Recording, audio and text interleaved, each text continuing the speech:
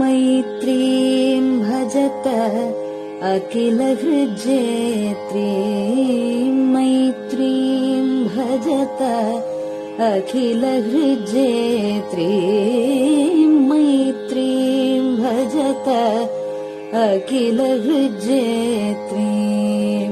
आत्मवदेव परानपि पश्यत आत्मवदेव परानपि पश्यत युद्धं त्यजत स्पर्धां त्यजत युद्धं त्यजत स्पर्धां त्यजत त्यजत परेष्वक्रममाक्रमणम् त्यजत परेष्वक्रममाक्रमणम् मैत्रीं भजत अखिलहृज्जेत्रीं जननी पृथिवी कामदुघास्ते जननी पृथिवी कामदुघास्ते जनको देवः सकलदयाळुः जनको देवः सकलदयाळुः दाम्यत दत्त दयध्वं जनतां दाम्यत दत्त दयध्वं जनतां श्रेयो भूयात् सकलजनानां श्रेयो भूयात् सकलजनानां श्रेयो भूयात् सकलजनानां श्रेयो भूयात् सकलजनानां श्रेयो भूयात् सकलजनानां.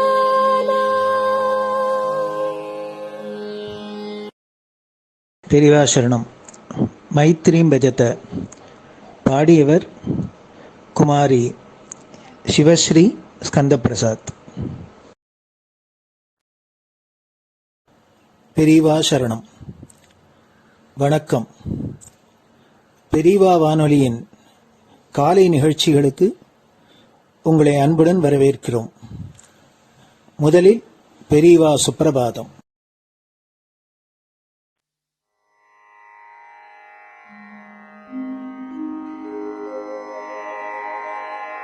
श्री महालक्ष्मी संतान स्वामीनाथ दयानिधे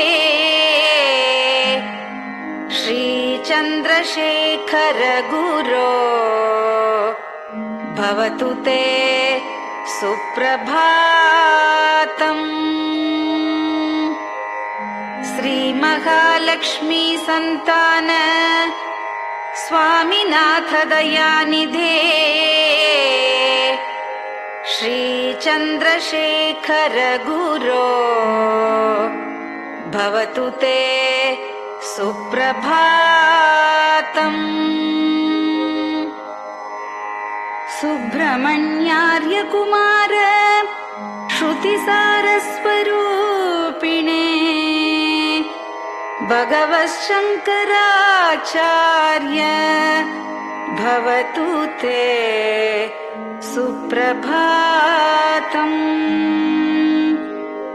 सुब्रह्मण्यार्य कुमार श्रुतिसारस्वरूपिणे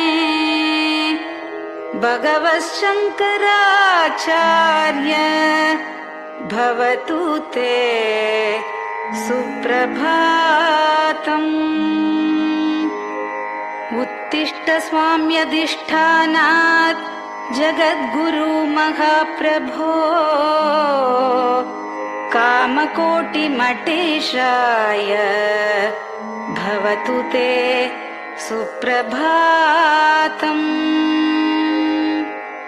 उत्तिष्ठ स्वाम्यधिष्ठानात् जगद्गुरु महाप्रभो कामकोटिमटेशाय भवतु ते सुप्रभातम्। निर्गुणाय निर्मलाय मायातीतस्वरूपिणे आत्मविदां वरेण्याय भवतु ते सुप्रभातम्। निर्गुणाय निर्मलाय मायातीतस्वरूपिणे आत्मविदां वरेण्याय भवतु ते सुप्रभातम्। साधुसङ्गसमूहाय सर्वज्ञः सर्वसाक्षिणे सत्यधर्मशरीराय भवतु ते सुप्रभातम्।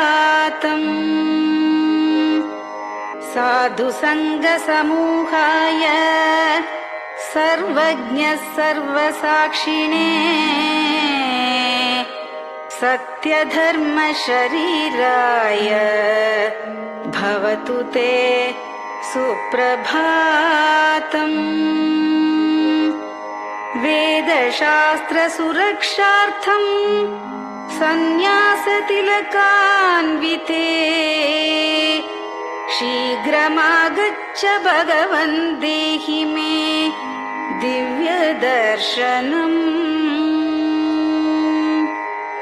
वेदशास्त्रसुरक्षार्थं सन्न्यासतिलकान्विते शीघ्रमागच्छ भगवन् देहि मे दिव्यदर्शनम्। निराहारविनिद्राय निर्मोहाय निरञ्जन अप्राकृतशरीराय त्रैलोक्यं मङ्गलं कुरु। निराहारविनिद्राय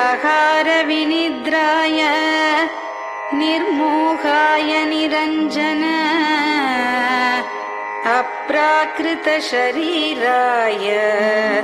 त्रैलोक्यं मङ्गलं कुरु।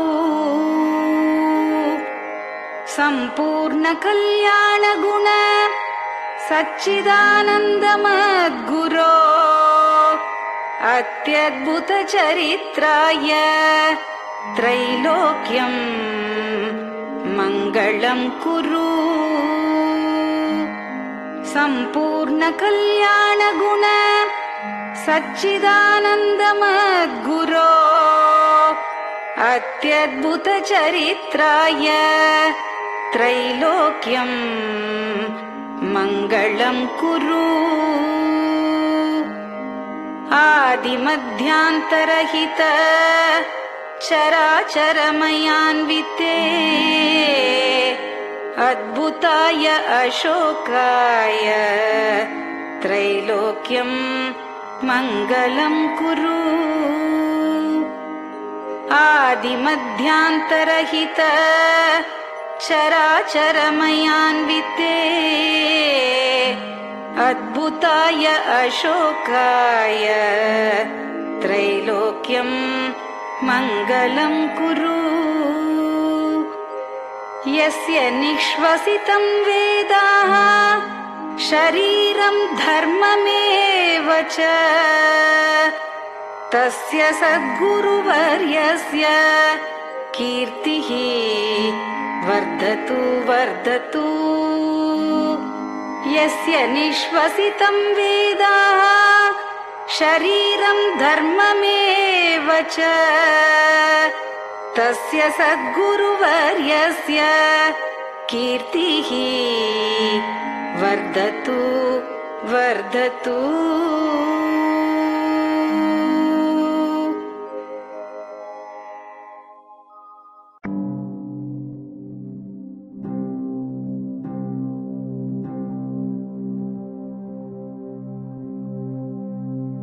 हर हर शङ्कर जय जय शङ्कर हर हर शङ्कर जय जय शङ्कर हर हर शङ्कर जय जय शङ्कर हर हर शङ्करा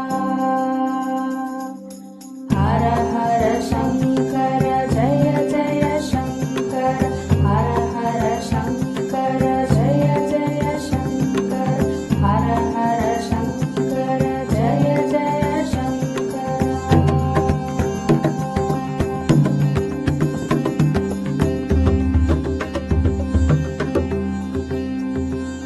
श्रुति स्मृति पुराणानाम् आलयं करुणालयं नमामि भगवत्पादं शङ्करं लोकशङ्करं श्रुति स्मृति पुराणानाम् आलयं करुणालयं नमामि भगवत्पादं शङ्करं लोकशङ्करम् हर हर शङ्कर जय जय शङ्कर हर हर शङ्कर जय जय शङ्कर हर हर शङ्कर जय जय शङ्कर हर हर शङ्करा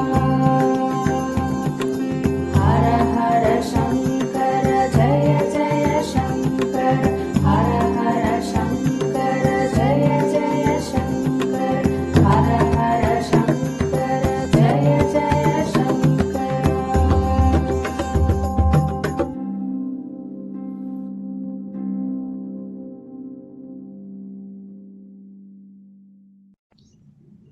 பெரியவாச்சரணம்.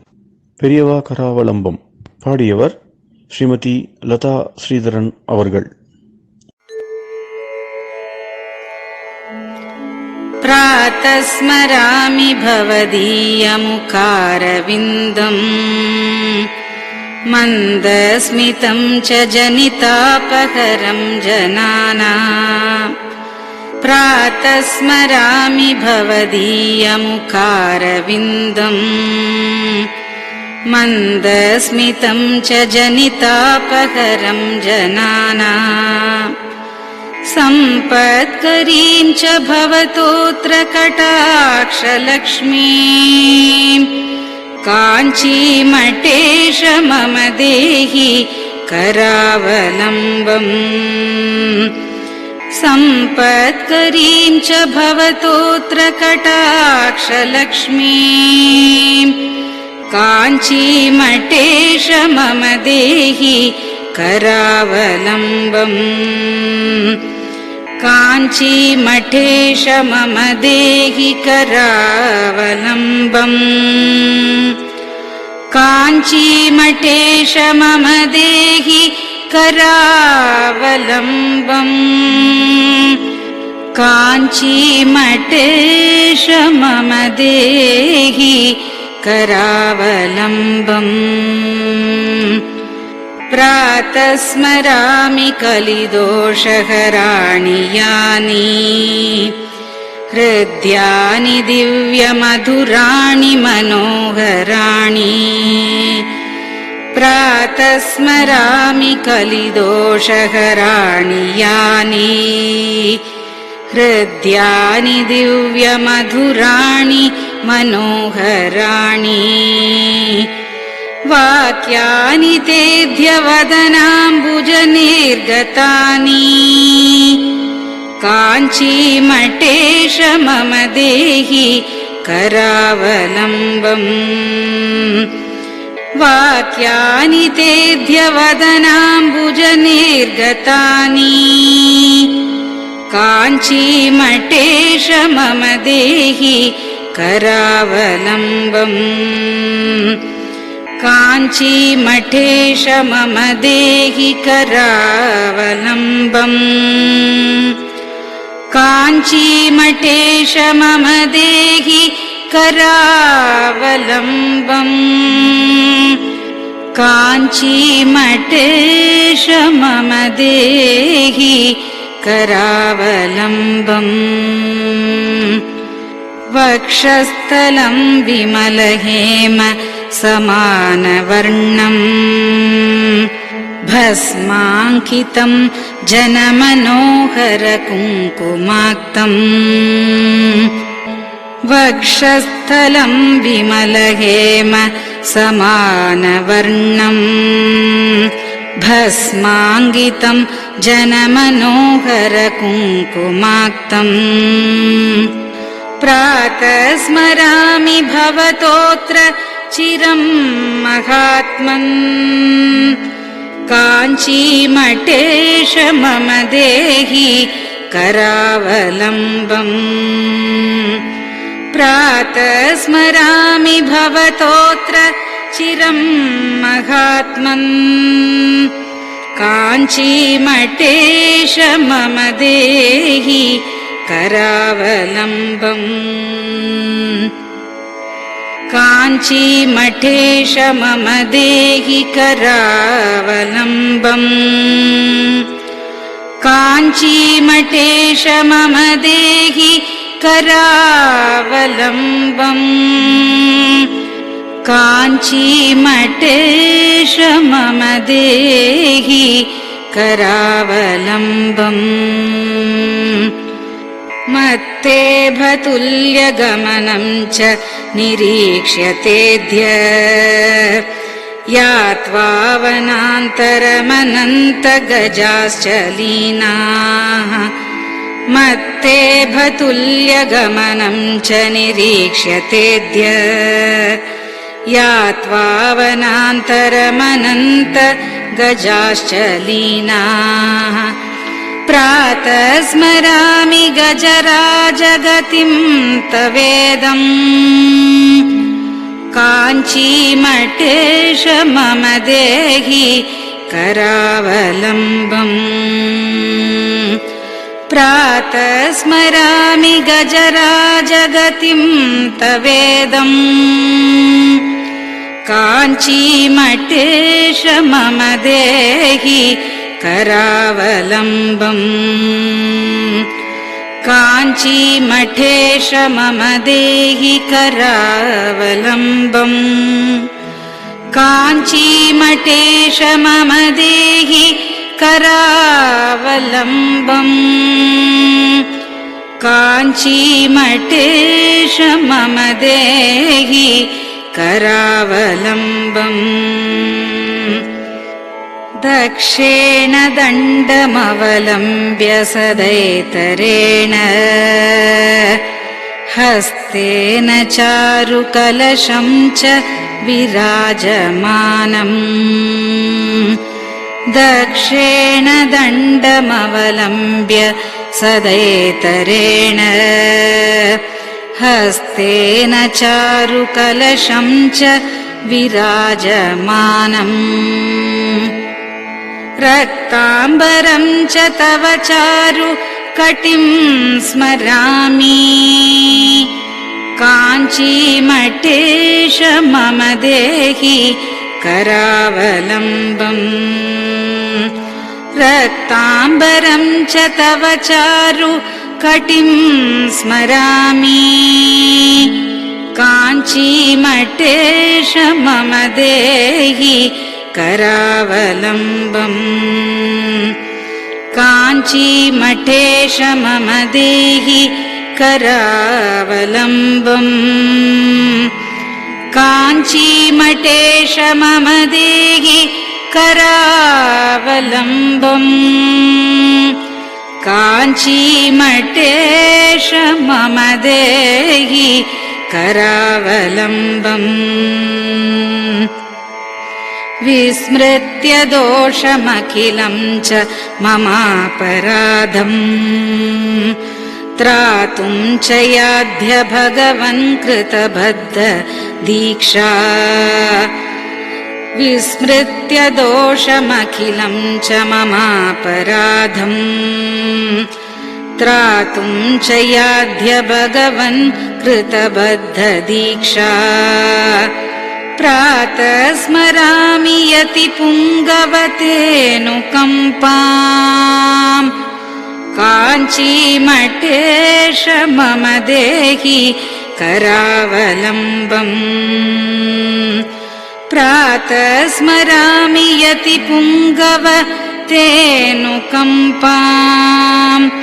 काञ्चीमठेश मम देहि करावलम्बम् काञ्चीमठेश मम देहि करावलम्बम् काञ्चीमठेश मम देहि करावलम्बम्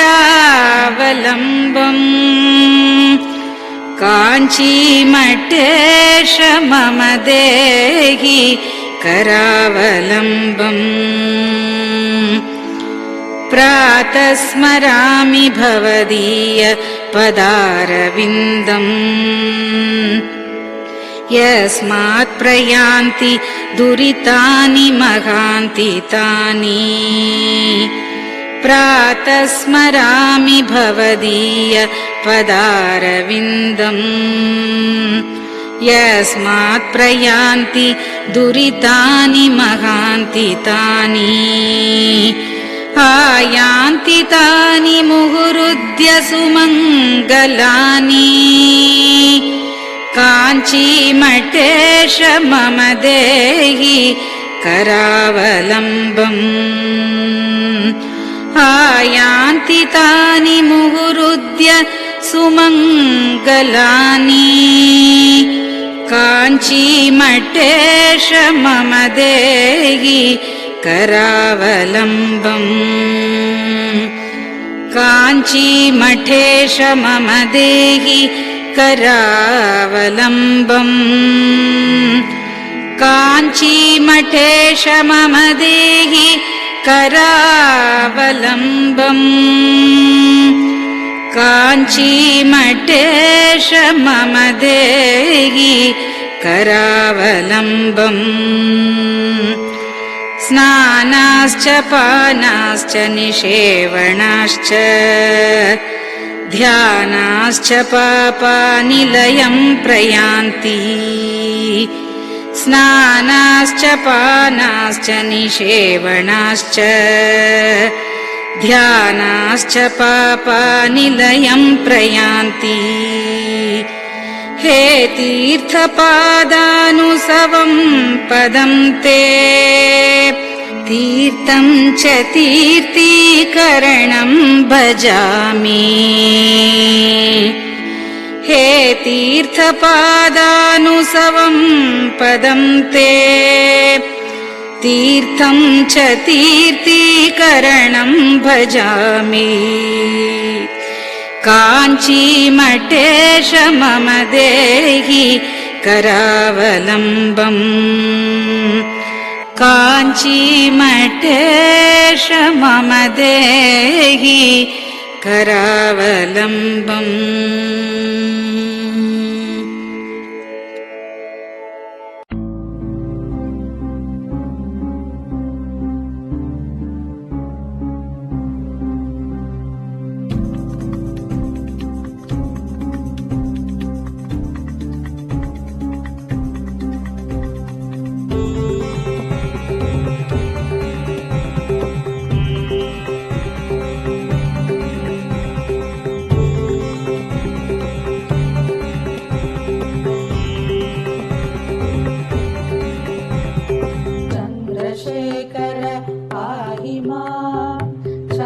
चन्द्रशेखर रक्ष माम् चन्द्रशेखर पाहि माम् जय चन्द्रशेखर रक्ष माम् हर हर शम्भो शिव शिव शम्भो हर हर शम्भो शिव शिव शम्भो हर हर शम्भो शिव शिव शम्भो हर हर शम्भो शिव शिव शम्भो चन्द्रशेखर पाहि माम् चन्द्रशेखर रक्ष माम् चन्द्रशेखर पाहि माम् जय चन्द्रशेखर रक्ष माम् हर हर शम्भो शिव शिव शम्भो हर हर शम्भो शिव शिव शम्भो हर हर शम्भो शिव शिव शम्भो हर हर शम्भो शिव शिव शम्भो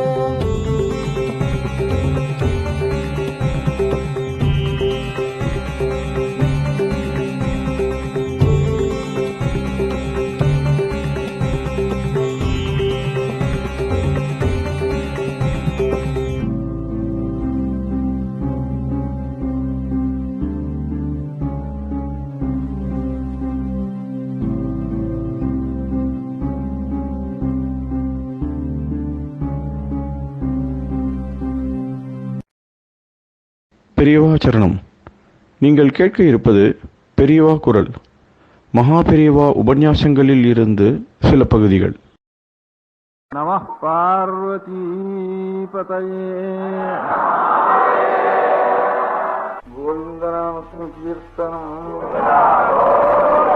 நாமெல்லாம் உட்காந்துங்க, நாமளே உட்காந்து சண்டை போட்டு நாமளே ஒண்ணு வேண்டிய வேகமா அப்படியே குறுக்கு இதே சில இருக்கு. அதையும் நடுவில் சொல்லிக்காய் கொண்டு சொல்லிடுறேன். எல்லாம் அப்பப்போ சொன்னதெல்லாம் சேர்த்து சொல்லிடுறேன். இன்னைக்கு நாம வேண்டிய இருக்கு. ஆனா அவரால் இருக்கிற நிலையில எப்படி இப்படி சௌகரியம் இப்படிதான் பார்த்து எவ்வளவு சாத்தியம், எவ்வளவு முதல்ல நம்பிக்கை வருதோ அப்புறம் எவ்வளவு சாத்தியமோ எல்லாத்தையும் பார்த்துக்கணும். திடீர்னு இப்படிதான் பண்ணணும், பண்ணலைன்னா போயிட்டு இல்லைன்னா பண்றத மாத்திரம் இப்படி இப்படி இருந்தா கோயிலுக்காக ஜாஸ்தி வந்துடலாம் முட்டை போடுவோம்னா கோயிலுக்காக ஒன்றும் ஜாஸ்தி நடந்து போகுது. அதனால ஒரு ஊரே திருப்பி திருப்பி ஞாபகப்படுத்தணுங்கிறதுக்காக புருஷா எல்லாரும் சமையல் பண்ணணும், சமையல் பண்ணணும். இப்ப அநேகமா அரிசி கூட வேஷம் வந்துடும் போல் இருக்கு. அந்த வேற ஒட்டி வச்சு பண்றாள். அந்த மாதிரி லேசா அதிக சமம் இல்லாம பண்ணிட்டு வளர்ச்சி நான் லேசா சாப்பிட்றான். அங்கே வேற பயிராகிதான் சவாலுக்கு தான் கொடுக்குறாங்க. நான் சமைச்சு போட்டாலும் முக்கால் சீராக சாப்பிட மாட்டான். ஏன்னா நம்ம சாப்பிட மாட்டாங்க, சொத்தா கூட சாப்பிட மாட்டான். நாம எந்த ஜாதியா இருந்தாலும் சரி, நமக்கு மேல ஒரு ஜாதி இருந்தாலும் சரி, அந்த ஜாதி எடுத்துக்கணும் அவன் சொல்ல வேண்டாம், கேட்க வேண்டாம். அவனும் தனித்தனியா மேல் ஜாதி சாப்பிடுறது இப்படி ஜாதியில் இந்த வித்தியாசமே வேண்டாம். ஜாதி வரிசைங்கிறது இந்த விஷயம் இல்லை. கடமையில ஜாதி வரிசை வேணும், நம்ம செய்ய வேண்டிய ஜாதி வரிசை வேணுமே தவிர வஸ்தி ஜாதிக்கு அதுதான் சண்டை இதுல ஜாதி வரிசை வேண்டவே வேண்டாம். கடமை நாம் இது வந்து நம்முடைய கடமையோ அந்த வர்ணத்துக்கு என்ன கடமையோ அந்த கடமையை நாம் நடத்த வேண்டியது. அதுல மாத்திரம் நினைச்சுக்கணுமே தவிர ஜாதி விஷயத்துல கூடவே கிடையாது. சாப்பாடுலாம் ரொம்ப வந்து அதனால முதல்ல எல்லாரும் அவதான் எந்த ஜாதியா இருந்தாலும் அவன் தன் கையாலையும் சாப்பிடுறது அப்படின்ட்டு. வடக்கு வீட்டுல 10 இருக்கிறவங்க கூட ரொம்ப இங்கேயான வெளியில போனவங்க என்ன பண்றது தமிழகமே அந்த நிலையே இருந்தாது. இங்கேயான இடத்துல இது பண்ணி தயிராக வாங்கி இதன் வெட்டியாக வச்சுட்டு இன்னும் கூட சொல்லுவோம். ஆத்திரியே பூரி எடுத்துட்டு ஒரு வாரத்துக்கு இருக்காது. பாருங்க தொழில வாங்கி அங்கங்க சேர்ந்து பூரியை பற்றி சாப்பிட்டு போனா உடம்பும் கருது இருந்தாங்க. பாக்கி அவரு சாப்பிடுறதுன்னா உடம்புக்கு வேணும் கருது ஒன்றும் இதுல வழி பண்ணுவாங்க. புளி வாங்கி சாப்பிடுறது அந்த தயிர் வாங்கி தயிர் வாங்கி சாப்பிடுறது அப்படின்னு ஒண்ணு. இதெல்லாம் அங்கே போய் கொஞ்சம் சாதாரண சொன்னாலும் வெட்டி எடுத்துட்டு தானே தான் பண்ணணும் எல்லாத்தையும் அப்படின்னு அவ்வளவா சமையல் பண்ணிக்கணும். புதுசாலாம் சமையல் பண்ணி கற்றுக்கணும். வாரத்துக்கு ஒரு நாளாவது சமையல் பண்றதுன்னு பழக்கம் கொடுக்கணும் ஒன்றும் தேவையில்லை. ரெண்டாவது மதியங்கிற வாஸ்தவம் இருந்தாலும் ஒரு 10 நாள் நான் மாம்சம் சாப்பிடலன்னு நினைச்சுக்கிறேன். ஹிம்சை பண்ணல பிராணிகளேன்னு நினைச்சுக்கிறத சாப்பாட்டு ஹிம்சை பண்ணாவது காட்டிலும் ஒரு 15,000 மடங்கு பட்டு கட்டிக்கிறது ஹிம்சை பண்றோம். நாம் பட்டு கட்டிக்கிறதுனால எத்தனை வீடியோ உங்கள்றோம்.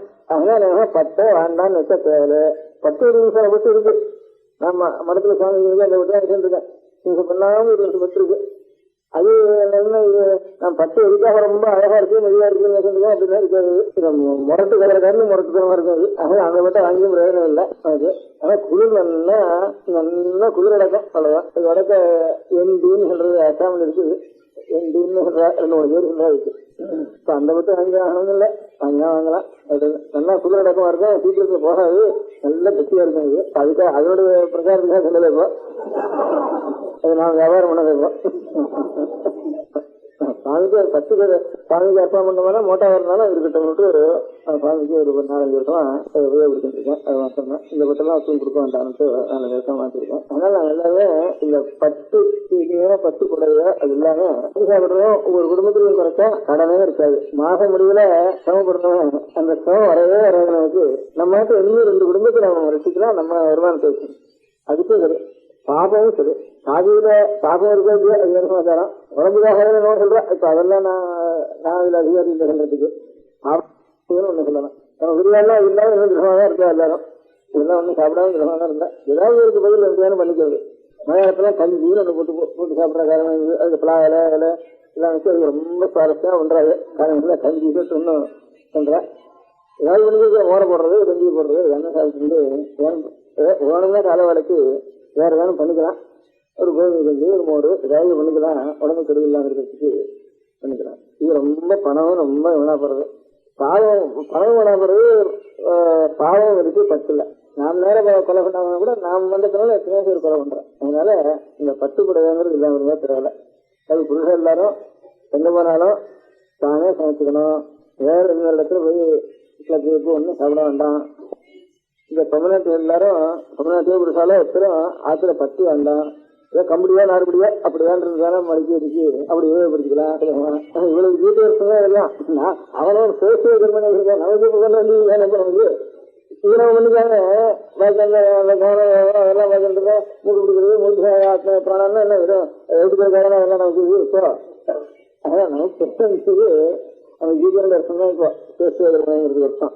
நாம் வேண்டியது கொஞ்சம் கவனிச்சுக்கணும். அதனால பட்டுப்பட வேண்டாம், கிளப்புக்கு சாப்பிட போக வேண்டாம், காசு வேண்டாம். இது உணர்ந்து ஒன்றது எனக்கு பாய் குழந்தைகள் கொஞ்சம் பெரிய வேலை வச்சுதானே.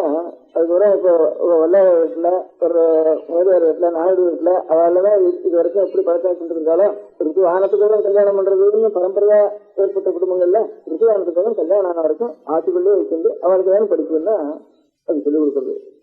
வெளியில் அனுப்ப அவர்கள் தேவையில்லைன்ட்டு அது அபிப்பிராயம் எனக்கு. அது எப்போ ஒரு நாள் சொன்னா மறந்து விடுறது அநேக காரியங்களை மறந்து விடும். அதுக்காக இன்னொரு திரும்பி எல்லாத்தையும் சேர்த்து குழந்தைகளை ஆத்திலேயே வச்சுக்கிறது. ஆத்திலேயே சில புத்தகங்கள் அதுக்கு தானா நேர் இருக்கு, இன்னும் புத்தகங்கள் இருக்கு, தமிழ்லயே அர்த்தம் போட்ட புத்தகங்கள் இருக்கு. தமிழ்ல 19 திருப்பி அர்த்தம் போட்டு தானா தெரிஞ்சுக்க முடியாத நல்ல சாஸ்திர விஷயங்களையும் சம விஷயங்களையும் பக்தி விஷயங்களையும் நாராயணம் வச்சு போட்டிருக்காரு. மலையாளத்துல இருந்து நல்லா போட்டிருக்காரு. 19 திருப்பி போட்டிருக்காரு. அப்படி ஒரு 10 நூறு அர்த்தத்தோட அந்த அர்த்தத்தையும் சேர்த்து வேணா நல்ல தியானம் வந்து விஸ்வானுகிரகம் கிடைச்சிடும். அது தெரிஞ்சா போரும் குழந்தைகளுக்கு. அப்புறம் ரொம்ப பிரவர்த்திக்காடுவா இங்க அவங்கள சீக்கிரத்திலும் இல்லை. அவன் சட்டம் 14 பதினஞ்சுன்னா கூட நம்மளுடைய நிர்பந்தம் காரியங்கள்ல ரொம்ப நாள் ஆகுது. குழந்தைகளுக்கு கல்யாணம் கூட ஆக இருக்கிறது. அது வரைக்கும் வந்து இந்த படிப்பு இருக்கிறதுன்னு வச்சுருந்தவனா கொஞ்சம் நாள் பக்தி உண்டாகும். கல்யாணத்துக்கும் சீக்கிரத்துல சீக்கிரம் ஆட்டுக்குள்ள வச்சுருக்கோம் ஒரு வேலை வச்சிருக்கோம். கல்யாணம் வேலைக்குள்ள மட்டும் அவளை இது வைக்கணுங்கிறது வேற வேலை அவளை சம்பாதிக்கிறது நமக்கு கல்யாணம் ஆகையாக இப்படி கொஞ்சம் மனசுக்கு திட்டப்படுறது இப்படி எல்லாம் கூட ஏற்பட்டு போயிடுறது. அதுக்காக சொத்து விட்டு சட்டம் கொடாமனா ஐயர் ராஜாங்கங்கள வேற அநேக இருக்கப்போ இந்த சவங்களுக்கு எல்லாத்துக்கும் பொதுவாக நினைக்கிறது குழந்தைகளுக்கு கல்யாணம் காட்சி இருக்கு. இது வரைக்கும் பெரிய குடும்பங்கள்ல எப்படி வரைக்கும் வச்சுட்டு இருக்காலோ அந்த மாதிரி விவேகானந்தத்துக்கு இந்த ரிஷிவானத்துக்கு அப்புறம் வரைக்கும் அந்த மாதிரி கிடையாது இருக்கு. இதுவரைக்கும் கல்யாணம் ஆகிட்டு பாலியத்தில் இல்லை. இப்ப அந்த நிலை வந்திருக்கிறதுனால அந்த நிலை பரம்பரையா இருக்கிற குடும்பங்கள்ல எப்படி பண்ணிட்டு இருக்காலோ அதே மாதிரி கல்யாணம் ஆகிறதுக்கு வரும் விவேகானந்தபுரம் குழந்தைகளை ஆச்சரியம் உட்காந்து அவருக்கு நல்ல விஷயங்களை அங்கேயே படிக்க முடியாக அவருக்கு அதுலேயே சொல்ல முடியாக ஒரு நல்ல நமக்கு வேணும். ஒரு பிடிப்பு வேணும். ஒரு பிடிப்பு இல்லாத மனசு இருக்கக்கூடாது. ஒரு நல்ல ஒரு இயல்புக்கு வேணும் அவனை பிடிக்கணும். அதுதான் நமக்கு மனசு அடங்கிறது. இது அதான் எல்லாரும் இப்போ ஞாபகம் இருந்தது. அதாவது எல்லாரும் சமையல் பண்ணி லேசா ஆகாரம் பண்ண முடியாம பழக்கணும். அது கிளப்புல போய் சாப்பிட வேண்டாம்.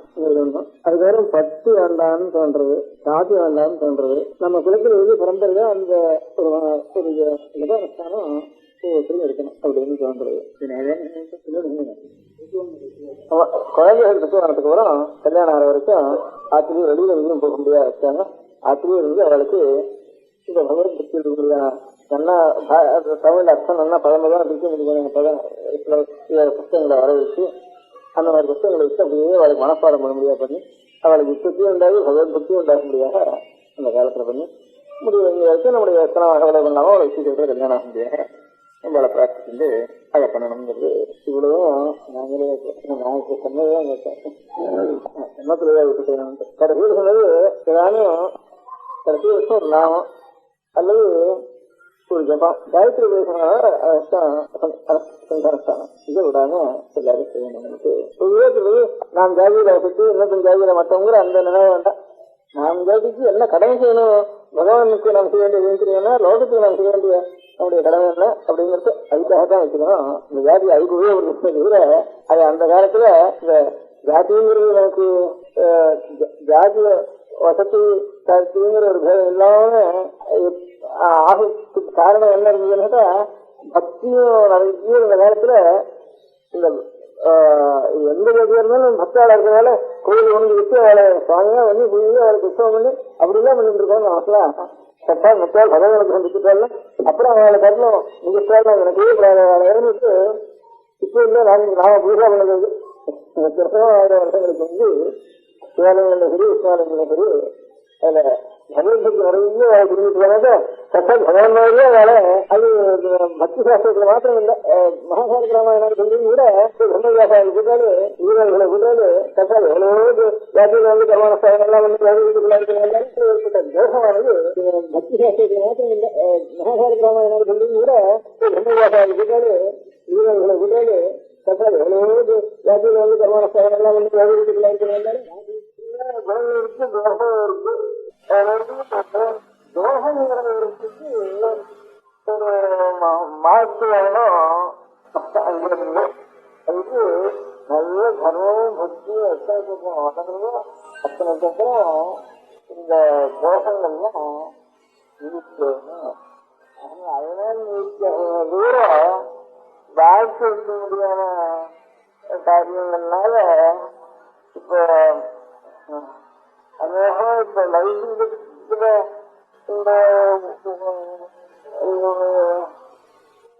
பழைய நாள்ல ஓட்டு எடுத்து சிறப்பாக எல்லாம் எடுத்துட்டு இருந்தா அது பழைய நாள்ல அந்த சிலாசாசம் தாமசாசம் சிலாசாசனங்கள்லாம் இருக்கு. அந்த ஏன்னா ஒரு கிராமாந்தரத்தினுடைய ராஜ்யம் முழுக்க இதனாலேயே நடக்குது.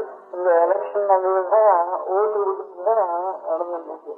ராஜாங்கிற குதிரத்துக்கு விட ஊர்களும் அதையே அங்கங்க ஓட்டு கொடுத்து இருந்தாலும் அவளே பூர்ணமா ராஜ்யம் முழுக்க அவளே நடந்துட்டு இருக்கா.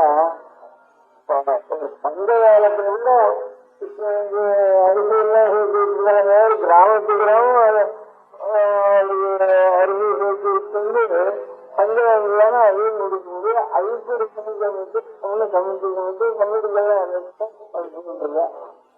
அந்த எலெக்ஷன்ல இந்த தப்புங்கிறத அதுல நேரத்துக்கு இடம் இல்லாமல் கூடிய வரைக்கும் தக்க நேரத்துக்கு இடம் இல்லாமல் பண்ணிருக்க.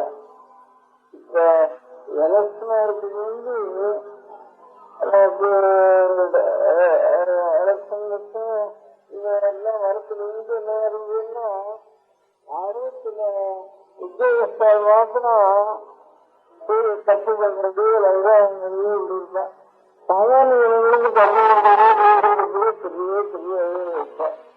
எலெக்ஷன் எல்லாரும் ஒன்றும் பணமா வருது எல்லாரும் அவனுக்கு போடுறேன்னு சொல்லிட்டு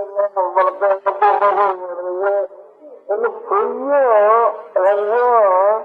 சகலங்களுக்கும் ஜாஸ்தியா இருந்துச்சு. அந்த ஒரு குற்றம் ஒரு கஷ்டம் அதுல வந்து சேர்றது.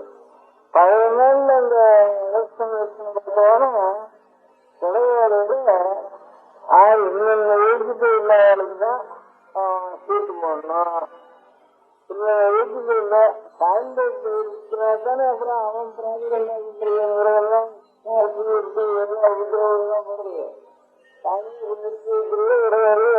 அதனால அந்த ஒவ்வொரு கிராமத்துலயும் இருக்கிற கிராமத்து கிராமம் எல்லா பேரையும் வேலை பண்ணிட்டு அந்த கிராமத்துல எல்லாருக்கும் தெரியும்.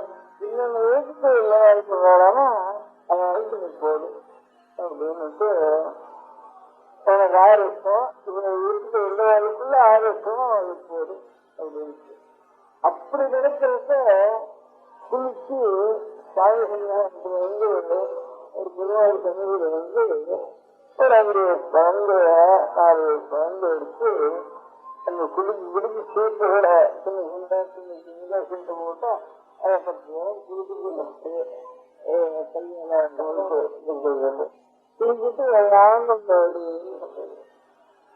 உதாரணம் எடுன்னா ஜாஸ்தி குடிச்சு வந்துருது. அதுதான் கிடைக்க பிராவூர் நூறு நடக்குண்டு. இந்த பிராவூர் ஜாஸ்தி எதுக்கு வந்துருதோ அதுதான் கையில வரும். அது நோய் கொடுத்துருக்கீங்க இல்ல அப்படியான மைனாரிட்டியா இருக்கிற வந்தாலும் பாவம் இருக்கிறதுனால என்ன வேலைக்கும் போடணும் அப்படின்ட்டு இவன் இவ்வளவு எழுந்து இருக்கிற வரைக்கும் உனக்கு ஆயுத போடணும்ட்டு அப்படி ஓட்டுங்க. அப்போ இவன் இந்த ஸ்டாண்டர்ட் தீர்மானம் வந்து அவன் அவன் அபராதங்களை பார்த்து அதுல சண்டை வந்து அதுல லங்கம் கொடுத்து அதுல போய் செஞ்சு இந்த தோஷங்களே இல்லாமல் அந்த வேகத்தில் நடந்திருக்கு. ஆனா அதிகமாக முடியோ முடியாதோ அது அவளுடைய வேலை. அது ராஜாங்க அது சாத்தியம் கஷ்டம். நான் பார்த்துருக்கேன் எல்லாம் இருந்தாலும் போட வேண்டியது அப்படி இருக்கிறாலும் கொடுக்க வேண்டியது கொடுத்துட்டாலும் எதிர்கொள்ள வேண்டியது எடுத்து அப்பேற்பட்டாக 5 வருஷத்துக்கோ 3 வருஷத்துக்கோ இருக்க வேண்டியது. அதுக்கப்புறம் திரும்பி அந்த வேலை கொடுக்க வேண்டியது. குடும்பி போயிட்டு இருக்கிறது வேறு எல்லாரும் தப்பிக்க முடியாத நிலைக்கு அந்த பயம் வருது. அதுக்கு அந்த ஓடுறது தலை பண்றது நல்ல முடிஞ்சு என்னென்ன வேஷங்களும் வந்து சேர முடியாதுன்றது இப்ப இந்த அந்த நாள்ல இருக்கிறப்ப சாமி சன்னியாசத்துல வந்து பக்தியோட உனக்காக நல்லா படிச்சாலும் அவனுக்கு போதும் அப்படின்றது. அப்படி வேணுக்குள்ள வேறு குழந்தை வந்து இருந்து நடக்கட்டும் அப்படின்னு இந்த யோகங்களுக்கு இடம் இல்லை. அந்த இடங்களுக்கு அதனால அந்த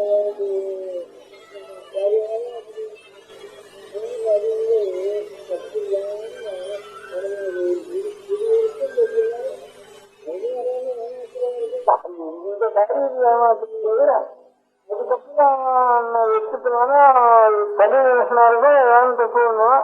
அப்ப ராஜா பார்த்து அப்போ இருக்கக்கூட வேலைக்கு இருக்குது. அதுக்கு வேலை தப்பு இருக்கு. இந்த மாசம் அவன் பார்க்கறது மட்டும் அந்த வேகத்துல திரும்பி இருக்கு.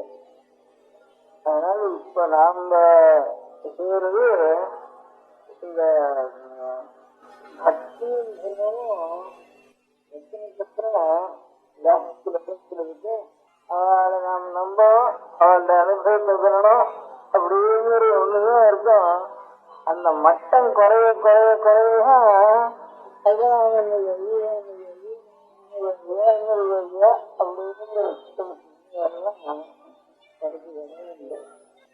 நம பார்வதி பதையே. ஈஸ்வர பக்தியை பத்தி ஒரு 1000 வருஷத்துக்கு முன்பு 1000-2000 வருஷங்களுக்கு முன்பு எவ்வளவோ மனசு உருவ முடியாம பக்தி நிறைந்த நூல்கள் இருக்கு. அவர்களுக்கு தேவாரம், திருத்தாண்டகம், திருவாசகம் இப்படி எல்லாம் பேரு. அது பண்ணினால் அநேகம் பேர் வேற உலகத்தினுடைய காரியங்களை முக்கியமாக வைத்துக் கொள்ளாமல் ஈஸ்வரனுக்கு பணி செய்வது, ஈஸ்வரனுடைய கஷேத்திரங்களை போய் தரிசனம் பண்றது, ஒவ்வொரு கஷேத்திரங்களையும் போய் அவனை மனசுறையாக பாடுகிறது, அங்கிருந்து இன்னொரு கஷேத்திரத்துக்கு போறது, தீர்த்தங்களுக்கு போறது, கஷேத்திரங்களுக்கு போறது, இப்போ அவனுடைய புகழையே பாடிட்டு வருது. அந்த மாதிரி சமீப காலத்துல ஒரு 1000 வருஷத்துக்குள்ள 600 வருஷத்துக்குள்ள 400 வருஷத்துக்குள்ள திருப்புகழ்னு சுப்பிரமணிய சுவாமியுடைய புகழையே பாடிட்டு போய் ஊருக்குறா போய் பாடிட்டு போய் அப்படி ஒரு மகானஸ்தர் இருந்தார் அருணகிரிநாதன். நாளைக்கு பத்னத்துல கோவில்ல அவருடைய விக்கிரகத்தை கூட பிரதிஷ்டை பண்ற. இந்த ஊர்ல கோவில்ல திருமாலுக்கு தாயார் சன்னிதி அதெல்லாம் பிரதிஷ்டை கட்டி அங்கேயும் பிரதிஷ்டை பண்றேன். ஆதிசங்கராச்சாரியாளுடைய பாதத்துக்கு நாளைக்கு கும்பாபிஷேகம் பிரதிஷ்டை பண்றேன். 3 இடத்துல தெரிஞ்ச வரைக்கும் பட்டணத்துல. அந்த தேவாரங்கள் திருத்தாண்டகம் 1000 வருஷத்துக்கு முந்தி இருந்த தமிழ்ல இருக்க முடியாத உயர்ந்த நூல்கள் எல்லாம் செய்தவர்களை பற்றி அநேகம் பேர் செய்திருக்காங்க. அவளை பற்றி எல்லாம் அநேக சரித்திரங்கள் இருக்கு. அதுல முக்கியமான சரித்திரத்துக்கு பெரிய புராணம்னு வேறு, அது எழுதினவருக்கு சேர்க்கிறார்னு வேறு, ஒரு சுந்தரமூர்த்தி நாயனார் இருந்தார், அவருடைய புராணம், அவருடைய கதை அதெல்லாம் இருக்கு. இந்த மாதிரி கதைகள் எல்லாம் சில இடங்கள்ல சில பேருக்கு சில மனிதர்களை மனுஷாலை பத்தி குடிக்கிற காலத்துல சடங்கவின்னு சில பேருக்கு பேர் எழுதியிருந்தது. பழைய புஸ்தகங்கள் எழுதியிருக்கு. சடங்கவி, சடங்கவின்னு ஒருத்தர் வந்தார், அவர் இந்த மாதிரி சொன்னார் அப்படின்னு சடங்கவின்னு இருந்தது. சடங்கவின்னா என்னடான்னு புரியல. அப்புறம் இந்த கோவிலில் செவரில் எழுதியிருக்க கல்வி செவரில் கல்வெட்டுன்னு வெறும் சிலாசாசனம் வேறு கல்லில் வெட்டியிருக்கிற சாசனம். அதுலேயும் ஏதாவது அந்த ஊரில் நடந்த ஒரு உடம்படிக்க ஒப்பந்தம், கோவிலுக்கு செய்ய வேண்டிய ஒரு தீர்மானம், இதெல்லாம் சொல்லிட்டு அந்த ஊரில் யாராரு பெரிய கணக்காரரோ சகாயக்காரரோ அதாவது கையெழுத்தெல்லாம் போடுற வழக்கம். இவை இப்படிக்குன்னு போடுற மாதிரி இவை அப்படின்னு கையெழுத்து போடுற வழக்கம். அதில் இன்ன கிரமயுத்தம், இன்ன சடங்கவி அப்படின்னு டைட்டில். இப்போ சாஸ்திரர் முதலியார் அப்படின்னு சொல்ற மாதிரி.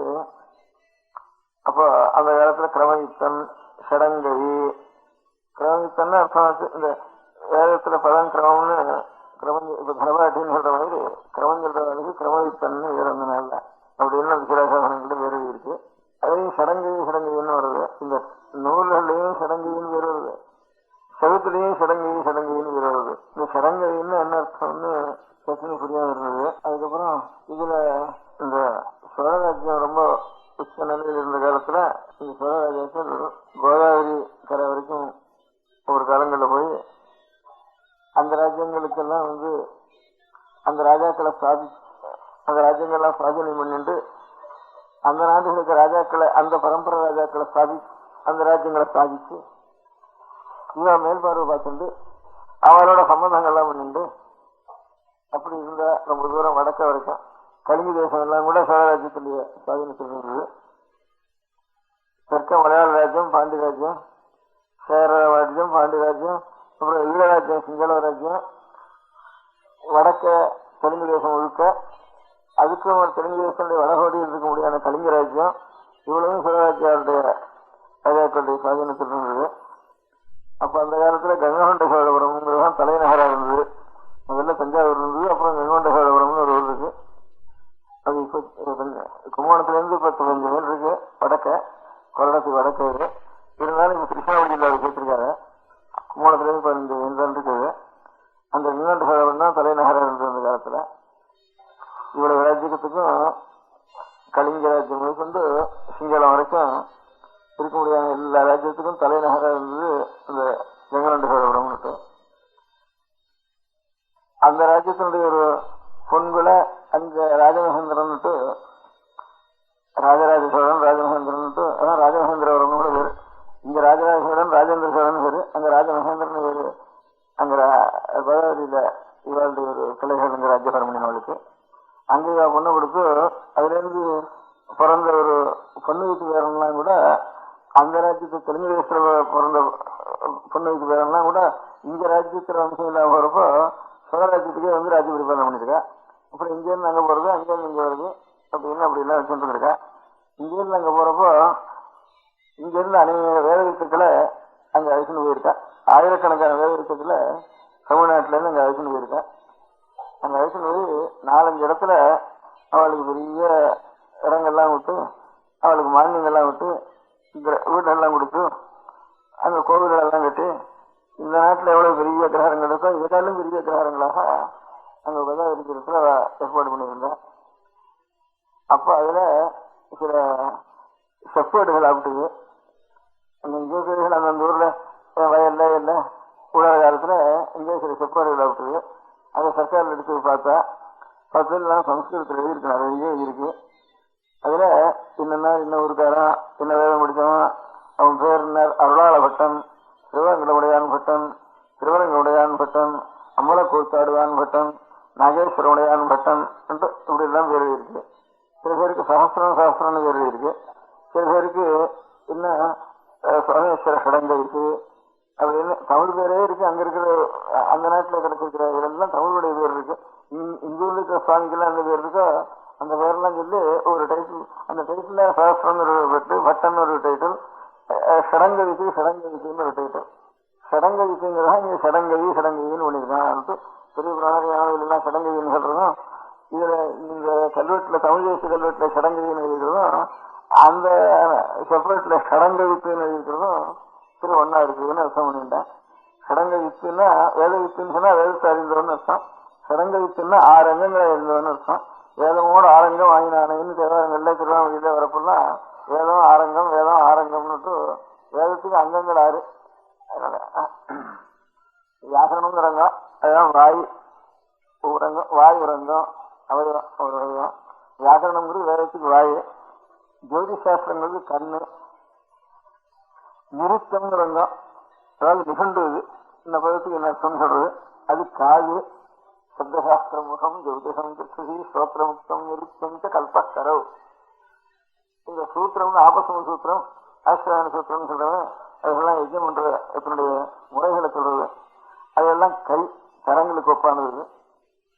சந்தஸ்துன்னு ஒண்ணும். சந்தஸ்துன்னா அநேக விருத்தங்கள் இருக்கு தனியா. இப்ப தமிழ்லயே வெண்பான்னு ஒன்று இருக்கு, அதுக்கப்புறம் அகவல்னு ஒன்று இருக்கு. இன்னும் அநேக அகவல்கள் நமக்கு அதிகமா புரியாம பேர் இருக்க முடியாத விருத்தங்களும் அநேகம் இருக்கு. அந்த மாதிரி விருத்தங்களுக்கெல்லாம் அந்த சந்தஸ்துன்னு, அந்த விருத்தங்களுக்கெல்லாம் லட்சணம் இலக்கணம் சொல்றதுக்கு சந்தஸ்துன்னு பேரு. அதுல வேதத்தில் இருக்கக்கூடிய மந்திரங்களுக்கெல்லாம் லட்சணம் சொல்றதுக்கு சந்தஸ்துன்னு பேரு. இந்த சந்தஸ்துங்கிறது சந்த பாதுகாப்பு வேதத்துன்னு ஆரங்கங்கள். இந்த சடங்கங்களையும் அறிந்தவன் சடங்க வித்துன்னு பேரு. இப்ப வேதாத்தியனம் பண்ற எல்லாரும் சடங்கோ வேதோ அத்தியேயா, சடங்கமான வேதத்தை அத்தியனம் பண்ணணும். நேயஸ்ட, அத்தியனம் பண்ற மாத்திரம் இல்ல அறிந்து கொள்ள வேணும் அப்படின்னு இருக்கு. சடங்கோ வேதோ அத்தியேயா நேயஸ்ட அப்படின்னு இருக்கு. இந்த 6 அங்கங்களோட அத்தியனம் பண்ணிட்டா வேதத்துக்கு அர்த்தம் தெரியலங்கிறது சந்தேகம் இருக்காது. இப்ப சாமானியமா நமக்கு அந்த சடங்கம்ங்கிறதுல சடங்கத்துக்கு இப்ப சடங்கு பண்றதுன்னு தமிழ் சொல்றோம். 6 அங்கம் சொல்றதுனுடைய அர்த்தத்தை 6வது அங்கம் கல்பசூத்திரம்னு இருக்கு. கல்பசூத்திரம்னா கர்மானுஷ்டானங்கள், இந்த கர்மத்தை இப்ப இந்த கிரியை செய்யறது அப்படின்னு அந்த அனுஷ்டானம் எந்த முறையில செய்யறது சொல்றது அந்த கல்பசூத்திரம்னு இது பேரு. அதுதான் அநேகம் பேரும் எழுதியிருக்காது. ஒவ்வொரு வேதத்துக்கும் அநேக ரிஷிகள் எழுதியிருக்காங்க அந்த கல்பசூத்திரத்தை. அந்த கல்பசூத்திரத்துங்கள்ல 6வது அங்கம் வந்து சஷ்டாங்கம் பேரு. 6வது அங்கத்தை சடங்கம்னு வச்சிருந்து அதே சடங்குன்னு சடங்குன்னு பேர் வந்துட்டு தமிழ்ல. அதுக்கு பிறந்த உடனே தாயார் விதத்துல முதல்ல இந்த பிண்டம் நம்முடைய சரீரம் இருக்க இந்த பிண்டம் நம்முடைய தாயார் விதத்துல எப்போ உற்பத்தி ஆகிறதோ இந்த கணத்துல இந்த ஜாதகங்கள்லாம் பண்றவங்க இந்த புறக்கிற ஜாதகம்னுட்டு, இந்த புறக்கிற ஜாதகம் கூட சரியா இருக்காதுன்னு சொல்றது. உங்களுடைய பஞ்சாங்கத்துல ஒவ்வொரு பஞ்சாங்கம் ஒவ்வொரு தப்பா இருக்கு. இந்த பஞ்சாங்கத்தை நம்பி ஜாதகம் நினைக்கிறதே தப்பா போடுறது. அதனாலதான் இவ்வளவு தப்பு ஏற்படுறது ஜாதக பலன்கள் எல்லாம் கூட. அதுல அந்த ஆதிசாஸ்திரத்திலேயே அப்பப்ப யந்திரங்களை பார்த்து சுத்தி பண்ணி அந்தந்த காலத்துல அந்த கிரகங்களுடைய விதிகளை பிரத்யட்ச, அதுக்காக யந்திராத்தியாயம்னு தனித்தனியா யந்திரங்களை பத்தி சொல்லியிருக்கு. அதனால ஒரு காலத்துல போட்டா அவ ரூல எல்லா காலத்துக்குமே இருந்தாலும் யந்திரத்தினால சுத்தி பண்ணிக்கணும்னு சொல்லிக்க மாட்டாவா. அதனால யந்திரங்களை பார்த்து அப்பப்ப சுத்தி பண்ணிக்கணும்னு சொல்லிருக்கு.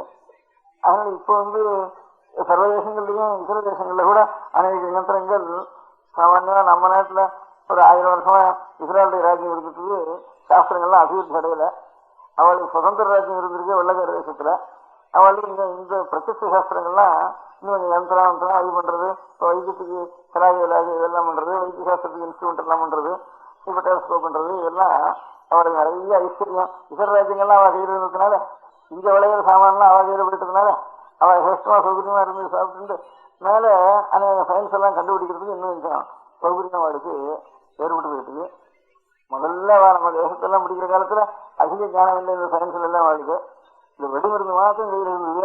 அதனால நம்ம எல்லாம் பிடிச்சுட்டா அந்த வெடிமருந்துக்கு நம்ம பணமெல்லாம் அவ கையில போய் சேர்த்துட்டு வெடிமருந்துனால அவன் கையில போய் சேர்ந்த உடனே அவன் இன்னும் ஜாஸ்தியா அந்த சயின்ஸ்ல எல்லாம் வளர்க்கறதுக்கு நமக்கு சாப்பாட்டுக்கே கொண்டாடுறது. அதனால எங்கேயோ நம்ம இதெல்லாம் நம்ம சாஸ்திரம், நம்ம கணித சாஸ்திரம் இதெல்லாம் ஒண்ணா அழிஞ்சின்றது. அது நம்ம வைத்திய சாஸ்திரம் கணித சாஸ்திரம் இருக்குன்னே தெரியாம போயிட்டு நடுவில் நமக்கு அன்னைக்கு எங்கேயாவது போய் அன்னைக்கு சாப்பிடறதுக்கு வயசு கிடைக்கிறது கூட கஷ்டமா இருந்துட்டு. அவன் இவ்வளவு ராஜ்யத்தையும் பண்ணிட்டு மேல இங்க இருக்கிறதெல்லாம் அங்க இருந்தவா இங்கெல்லாம் நமக்கு 600 ராஜா வாங்கிட்டு இருந்தான் நெல்லெல்லாம். இந்த ஊர்ல இருந்த ராஜா வாங்கினால அந்த வெள்ளக்கார ராஜா வந்தோடனே 600 நெல்லை தூக்கிட்டு இங்க இருந்து எந்த கப்பல் தான் தூக்கி போடுறது, இவ்வளவு நெல்ல இந்தியா முழுக்க இருக்கிறது இல்லை அப்படின்னு யோஜனை பண்ணி அப்பதான் பணமா மாத்தினான் கிஸ்டிய. பணமா வச்சிருக்கோம்னா அவன் பணம் கையில வச்சிருக்க கிடையாது. நசுவ பணம் கொடுத்து அப்ப முதல்ல கடன் 6 ரூபா இருக்கிறதுன்னுட்டு அந்த 6 ரூபா வேலைக்கு கொடுக்கறதுக்கு கிஸ்தி கொடுக்கறதுக்கு சிந்தாடி போயிடும். அப்ப என்ன பண்ணுவா, நிலம் இருக்கிறதெல்லாம் 100 ஏக்கரா 200 ஏக்கரா 500 ஏக்கரா இருக்கிற எல்லாரும் அப்போ கிஸ்தி கொடுக்காதவனா அவனுக்கு கிஸ்தி வெட்டி அடிக்கிறதுன்னு பேரு. பின்னால பிந்து விட்டும் அடிச்சு அது மேல அவனை கொடுக்குறியா இல்லையான்னு அடிக்கிறது முதல்ல அவனை அந்த மாதிரி பண்ணிட்டு இருந்தேன். கிஸ்தி வசூல் பண்றப்போ வெள்ளக்காரன் முதல்ல வந்தப்போ அதுக்காக என்ன பண்றது, நான் அடுத்த வீட்டுக்காரனுக்கு என் நிலம் முழுக்க வைக்கிறான்னு சொல்லி சாசனம் பண்ணி வச்சுட்டேன் பாருங்க. இனிமே நான் கிஸ்தி கொடுக்க வேண்டியதில்லை, அவன் கொடுக்கணும் அப்படின்னுட்டு சாஸ்திரம் பண்ணி வச்சு ஓலையில் எழுதி இதுக்கு 5-6 மாசம் முன்கொதி போட்டு ஓலையில் எழுதி அவங்க வீட்டுல கொண்டு அவனுக்கு தெரியாம சொல்லிட்டு வந்துடுறா. அப்புறம் இவனுக்கு கிஸ்தி வந்து கேட்டா என்ன இல்லாத நிலம் அவனுக்கு அப்படிங்கிறது. ஏன்டா எங்க பட்டா அவன் மேலதான் இருக்கு அப்படின்னு. இல்லையா நான் சாசனம் வட்டி பட்டா மாற்ற மாட்டேங்கிற தாலுக்காவில, அதனால நீங்க போய் வாங்க. அதுக்கு அவன் வீட்டை போய் சோதனை போடுங்க அங்க இருக்கு கடையா விடுற மாதிரி அங்க வீட்டுல கொண்டு வந்து அப்படி பண்ணிட்டு இருந்தா. அதனால பணமா பண்ணினது அவதான் பண்ணினது, கிஸ்திய பணமா பண்ணினது.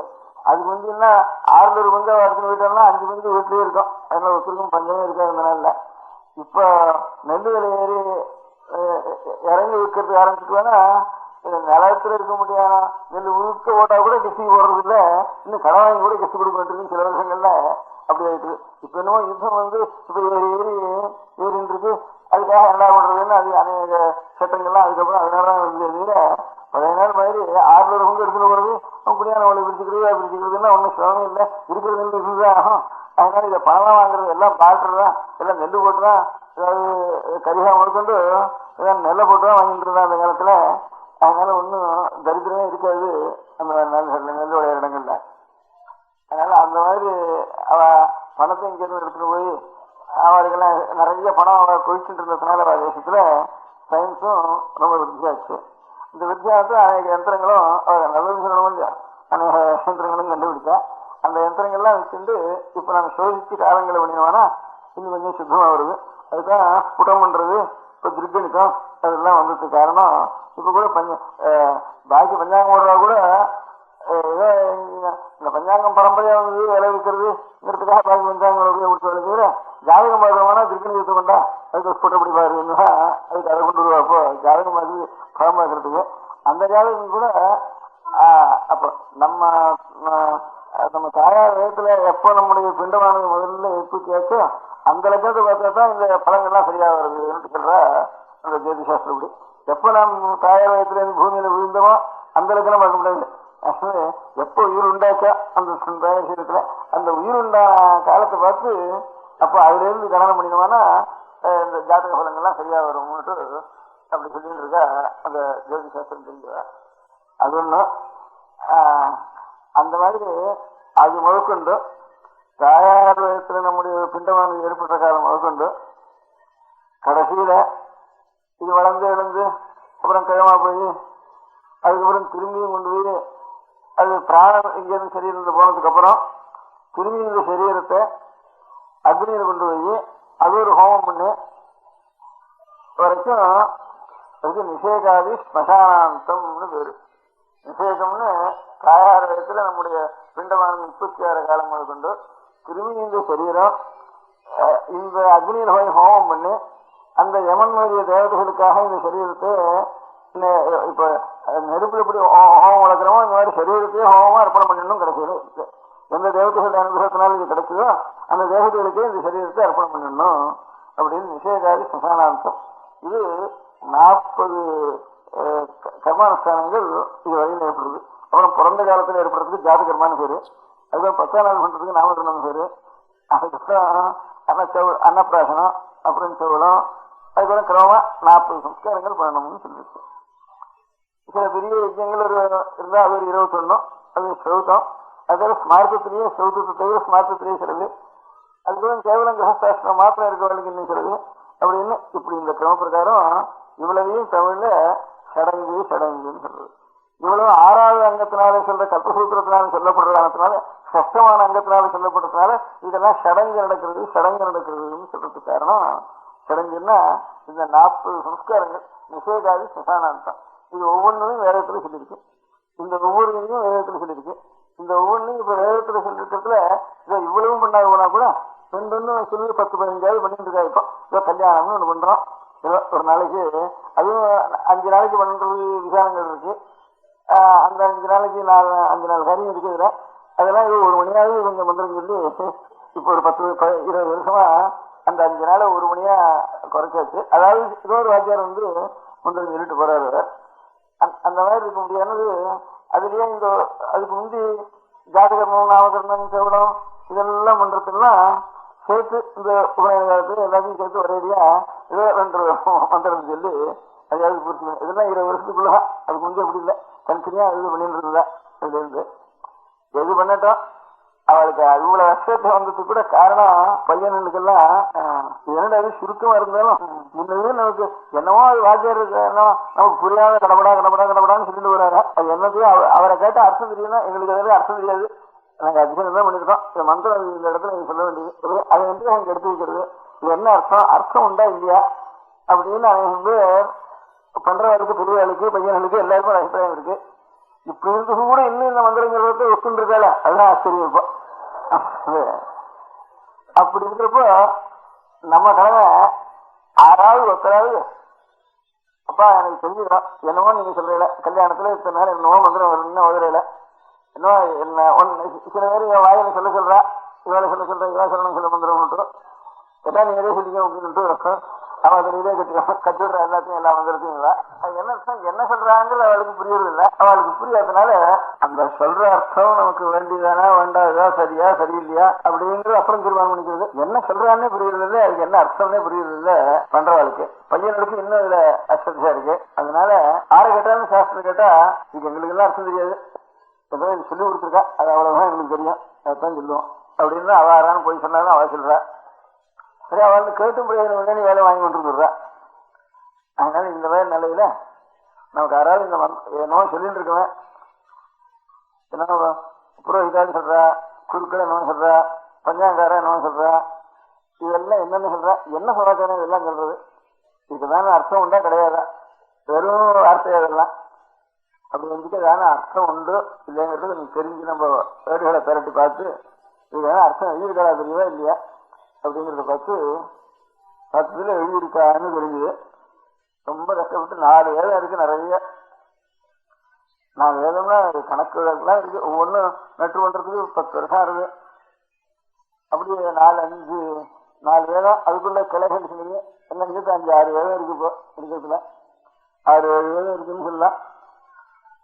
அந்தந்த வேதத்தை சேர்ந்தா சில குடும்பங்கள் இருக்கா, ஊருக்கு சேர்ந்தா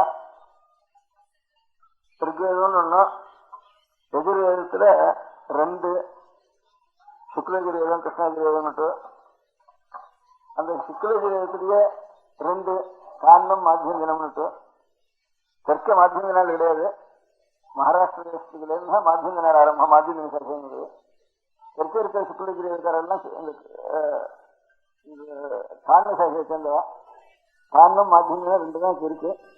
இருக்கு அவளே தெலுங்கு நாட்டிலும் இருக்கா, கன்னட நாட்டிலும் இருக்கா. சுக்லகிரேதா இந்த தெலுங்கு நாட்டம், கன்னட நாடு, தமிழ்நாடு 3 இருக்கிற சுக்லகிரேதா காரண சுக்லகிரேதான்னு சரி.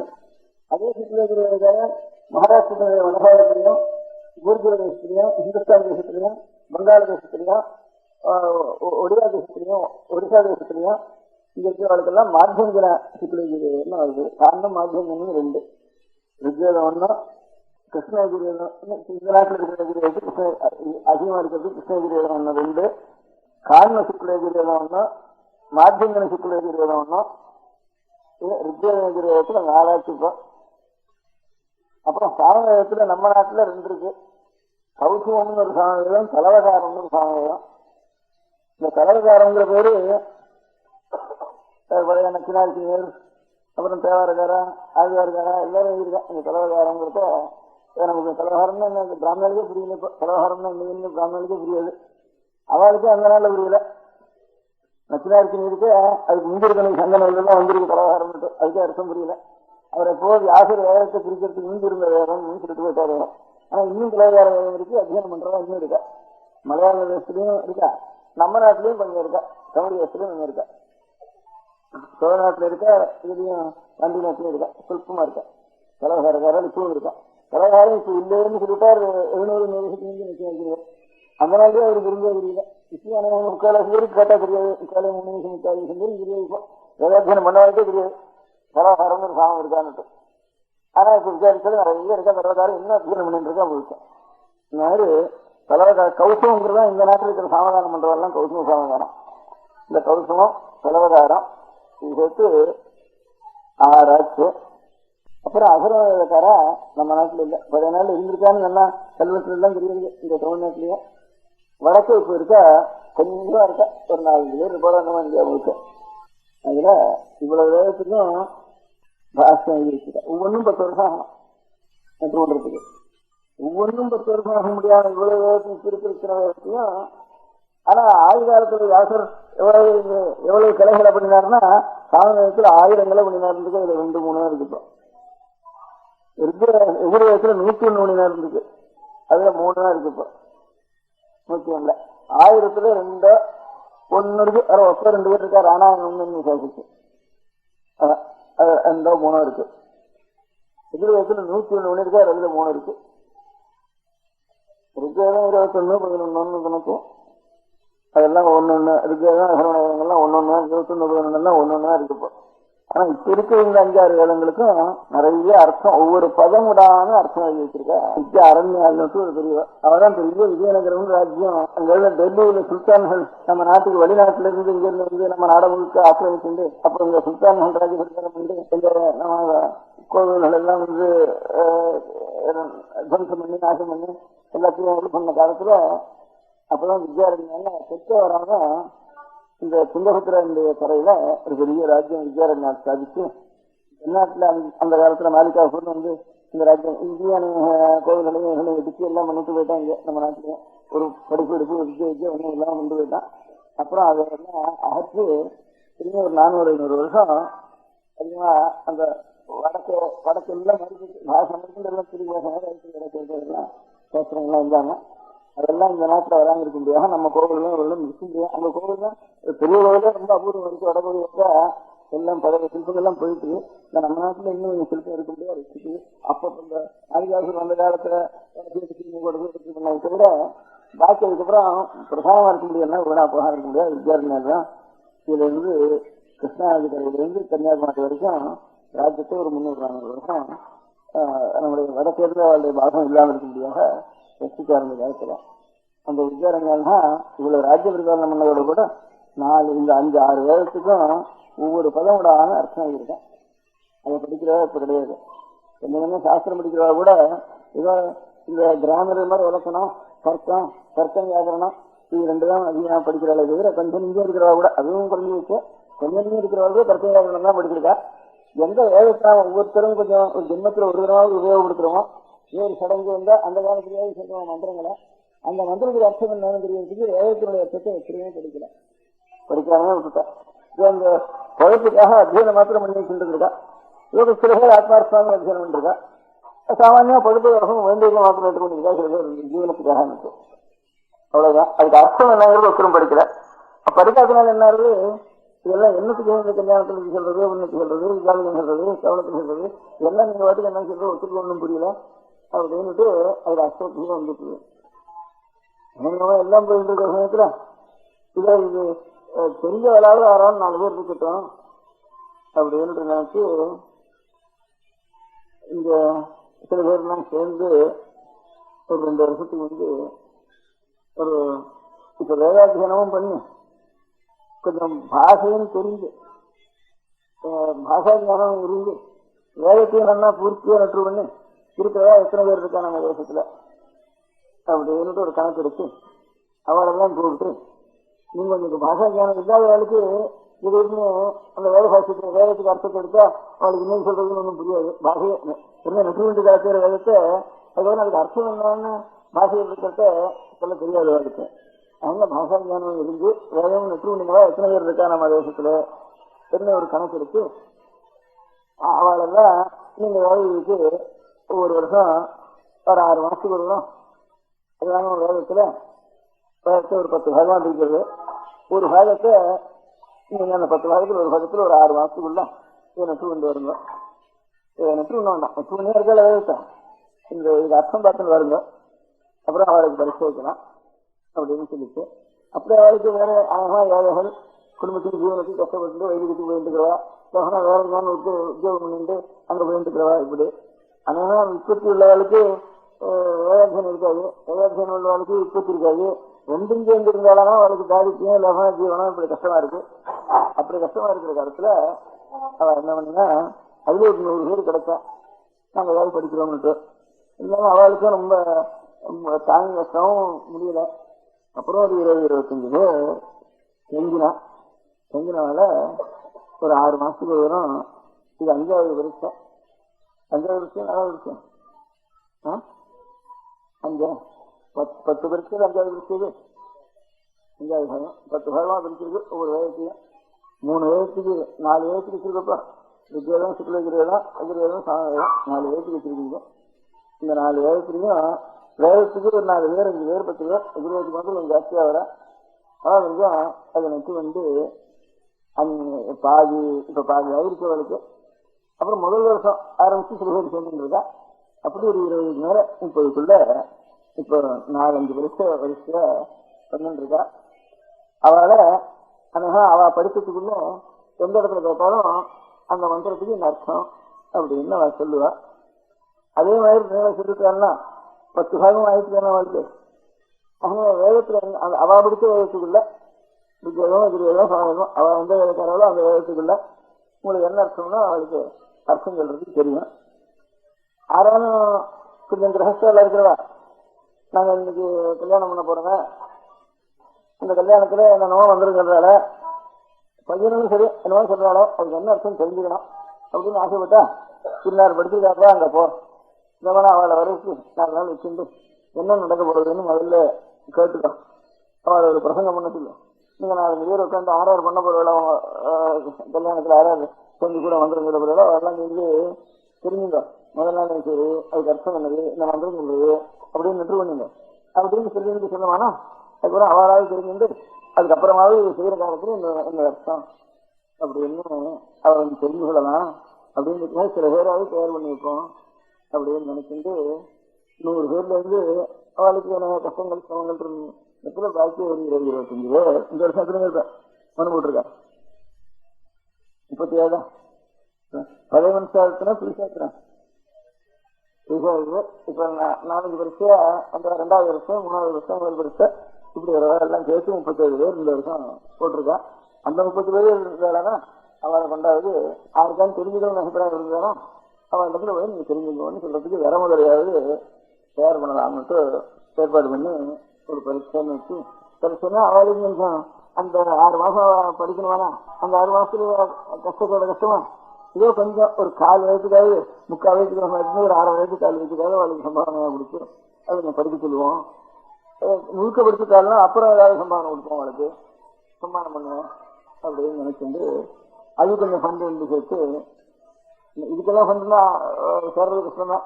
ஏன்னா லௌகிக நிர்பந்தமோ ராஜாங்க நிர்பந்தமோ இது ஒரு பயமோ இருந்தா நிறைய பணம் சேரும். நமக்கு லாபமோ இல்லை ராஜாங்க பயமோ இல்லை லோகத்தில் இருக்க முடியாத ஜனங்களுடைய பயமோ ஏதாவது இருந்திருந்தா தான் பணம் சேர்க்க முடியும். அதுல எல்லாம் ஜனங்களுக்கு பணம் நிர்பந்தமா பணம் வசூல் பண்ணிட்டு போயிடுறா. இதை போய் கேட்டா இதுக்கு சிபாரிசு இல்லாத பணம். இதுல எல்லாருக்கும் ஆசை இருந்தாலும் அந்த நிர்பந்தங்கள்னால இது பணம் கொடுக்கறதுக்கு சிரமப்படுறது ஜனங்களுக்கு. ஆனா இது அதிகமா பிரச்சாரம் வரைகளை போய் கேட்கறதாலும் ஊக்கம் இல்லை, அதுல கேட்கற வேலைக்கு ஊக்கம் இல்லை, இல்லை அப்புறம் கொடுக்குற வேலைக்கு ஊக்கம். அதுக்கப்புறம் ஏதோ அப்படி இப்படிமா இருக்குது. அவளுக்கு ஏதோ கொஞ்சம் பணம் கொடுத்து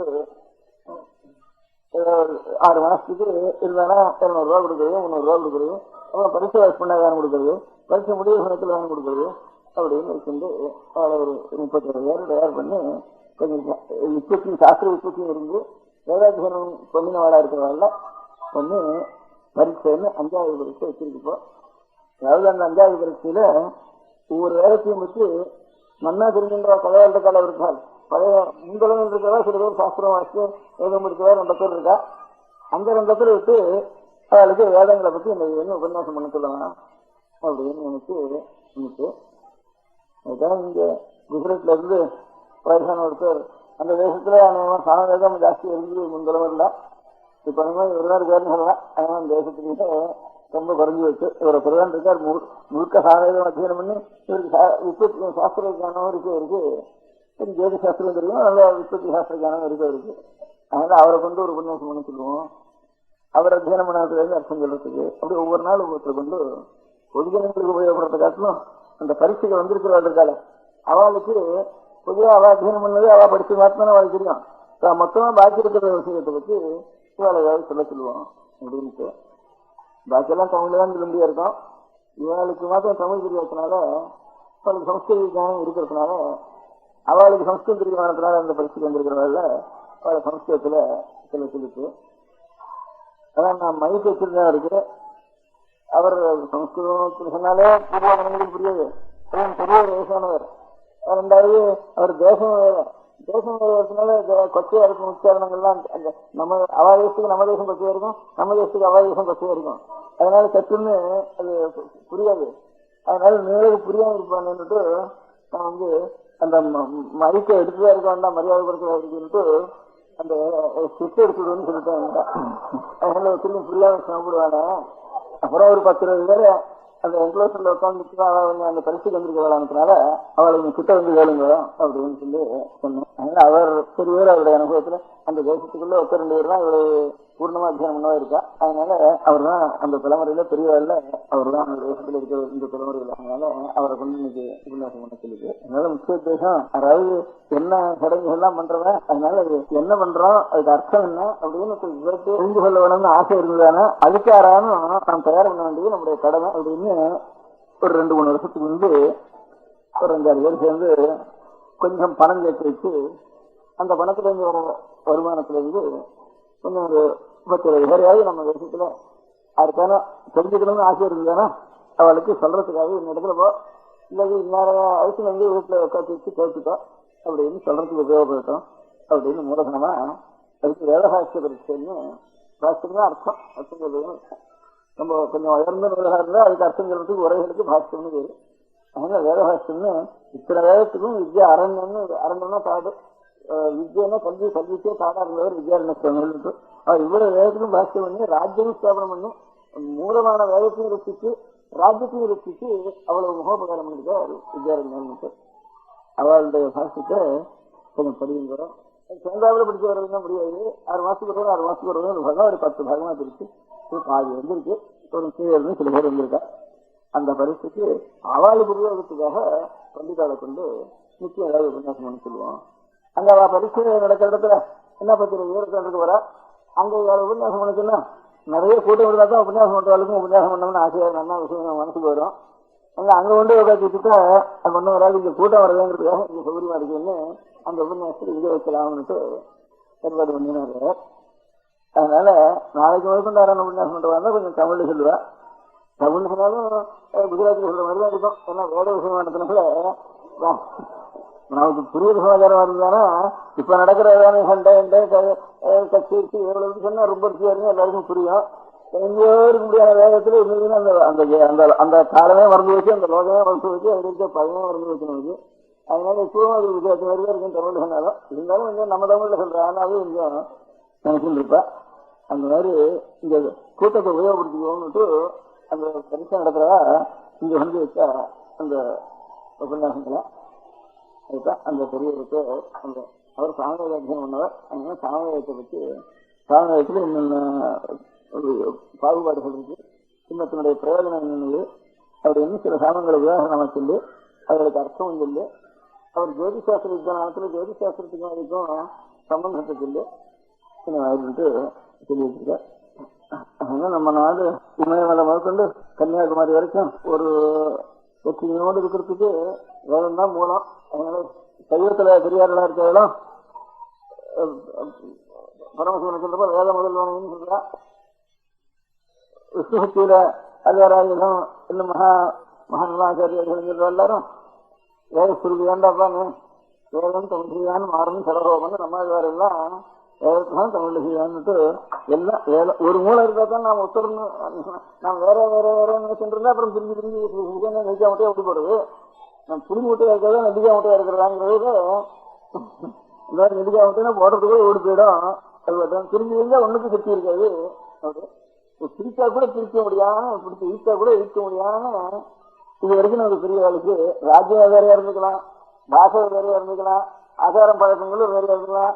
சூடு குடிப்பான், முக்கால் குடிப்பான், விடுவான், ஏதோ ஒன்று ஒவ்வொருத்தம் ஒவ்வொரு இடத்துல 10 எச்சல்மா தெலுங்கு தேசத்துலன்னா அவனுக்கு 10 கிடையாது நீங்க வந்துருக்கலாம். நாமெல்லாம் தெலுங்கு பார்த்தா எச்சலே கிடையாதுன்னு வைக்கணும். அதுக்கு மகாராஷ்டிர தேசத்துல போனா ஒரு மாவுல தண்ணி விட்டுட்டா அது தொடப்படாது. அப்புறம் 10 கையினோம்னா அது தூங்கி இருக்கணும். மாவுக்கு தண்ணியே விடக்கூடாது, மறுநாளைக்கு வைக்க கூடாது மாவு அப்படின்ட்டு. அப்படின்னா அவளுக்கு ஒரு ஆச்சாரம். ஆனா ஏதாவது சமையல் பண்றப்போ அந்த மேலத்துக்கு புடவை பல்ல எடுத்துட்டு சமையல் பண்ணி ஆரம்பிச்சிருவேன். அது எச்சல், அந்த எச்சல் அவளுக்கு தெரியாது. நமக்கு அவளை பார்த்தா நமக்கு எச்சலா தோணும், நம்ம பார்த்தா அவளுக்கு பத்தாது வேணும். இந்த மாதிரி ஒவ்வொரு தேசத்துல ஒவ்வொன்றும் வித்தியாசமா தோணும். இவ்வளவு புரிஞ்சு இருந்தாலும் கூட இவ்வளவு தேசம் புரிஞ்சு இருக்கிற தேசங்கள் ஆச்சாரம் அனுஷ்டானம் வேறு இருந்தாலும் இந்த வேதம்ங்கிறது ஒண்ணுதான் இவ்வளவு கோடி ஜனங்களையும் ஒரு ஒற்றுமைக்கு காரணம் அந்த வேதம் ஒண்ணுதான் இருக்கு.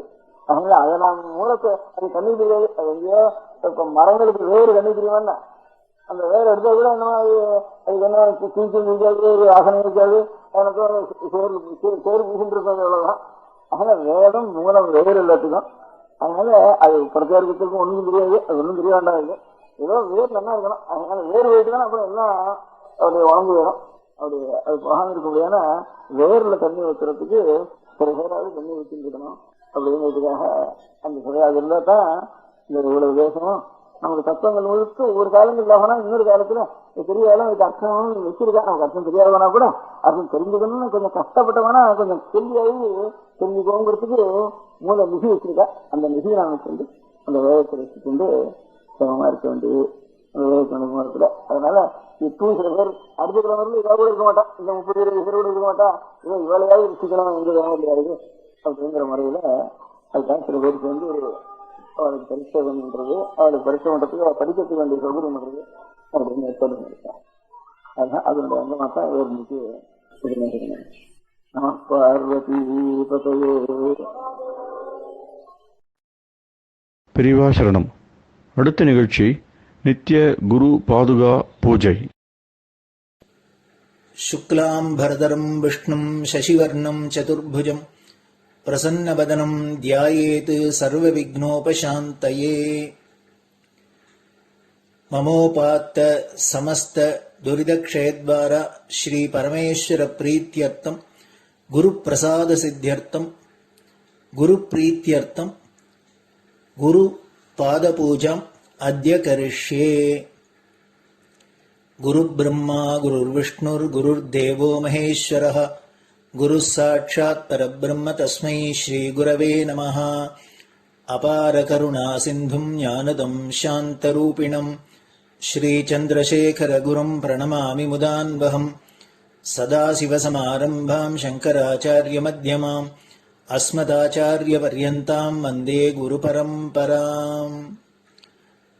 எல்லோரும் குருவை பெரிவாளை தியானம் பண்ணிண்டு அர்ச்சனை பண்ணுவோம். அஷ்டோத்திரம். பெரியவா அஷ்டோத்திரம் பல அஷ்டோத்திரங்கள் இருக்கு. அதுல எளிமையா சுலபமா எது இருக்கோ அதை நான் இப்ப சொல்றேன். எல்லோரும் இதை கேட்டுண்டே திருப்பி சொல்ல முடிஞ்சுவா சொல்லி சொல்லி பெரிவாளுக்கு பாதத்துல ஒவ்வொரு புஷ்பத்தை அர்ச்சனை பண்ணலாம். ओम श्री कांची कामकोटि पीठाधीश्वराय नमः. श्रीमच्चंद्रशेखरेन्द्र सरस्वती गुरुभ्यो नमः. सन्यासाश्रम शिखराय नमः. काषाय दंडधारिणे नमः. सर्वपीठापहारिणे नमः. स्वामिनाथ गुरवे नमः. करुणासागराय नमः. जगदाकर्षण शक्तिमते नमः. सर्वचराचर हृदयस्थाय नमः. ओम भक्त परिपालक श्रेष्ठाय नमः. धर्म परिपालकाय नमः. श्री जयेन्द्र सरस्वत्याचार्याय नमः. श्री विजयेन्द्र सरस्वती पूजिताय नमः. शिवशक्ति स्वरूपाय नमः. भक्ताभीष्टप्रदायकाय नमः ब्रह्मण्यपोषकाय नमः ब्रह्मविष्णुशिवैक्यस्वरूपाय नमः काञ्चीक्षेत्रवासाय नमः कैलासशिखरवासाय नमः स्वधर्मपरिपोषकाय नमः चातुर्वर्णसंरक्षकाय नमः लोकरक्षणसङ्कल्पाय नमः ॐ ब्रह्मनिष्ठापराय नमः सर्वपापहराय नमः धर्मरक्षकसन्तुष्टाय नमः भक्तार्पितधनस्वीकर्त्रे नमः सर्वोपनिषत्सारज्ञाय नमः सर्वशास्त्रगम्याय नमः सर्वलोकपितामहाय नमः भक्ताभीष्टप्रदायकाय नमः ब्रह्मण्यपोषकाय नमः नानाविधपुष्पार्चितपताय नमः रुद्राक्षक्रीडधारिणे नमः भस्मोद्धूलितविग्रहाय नमः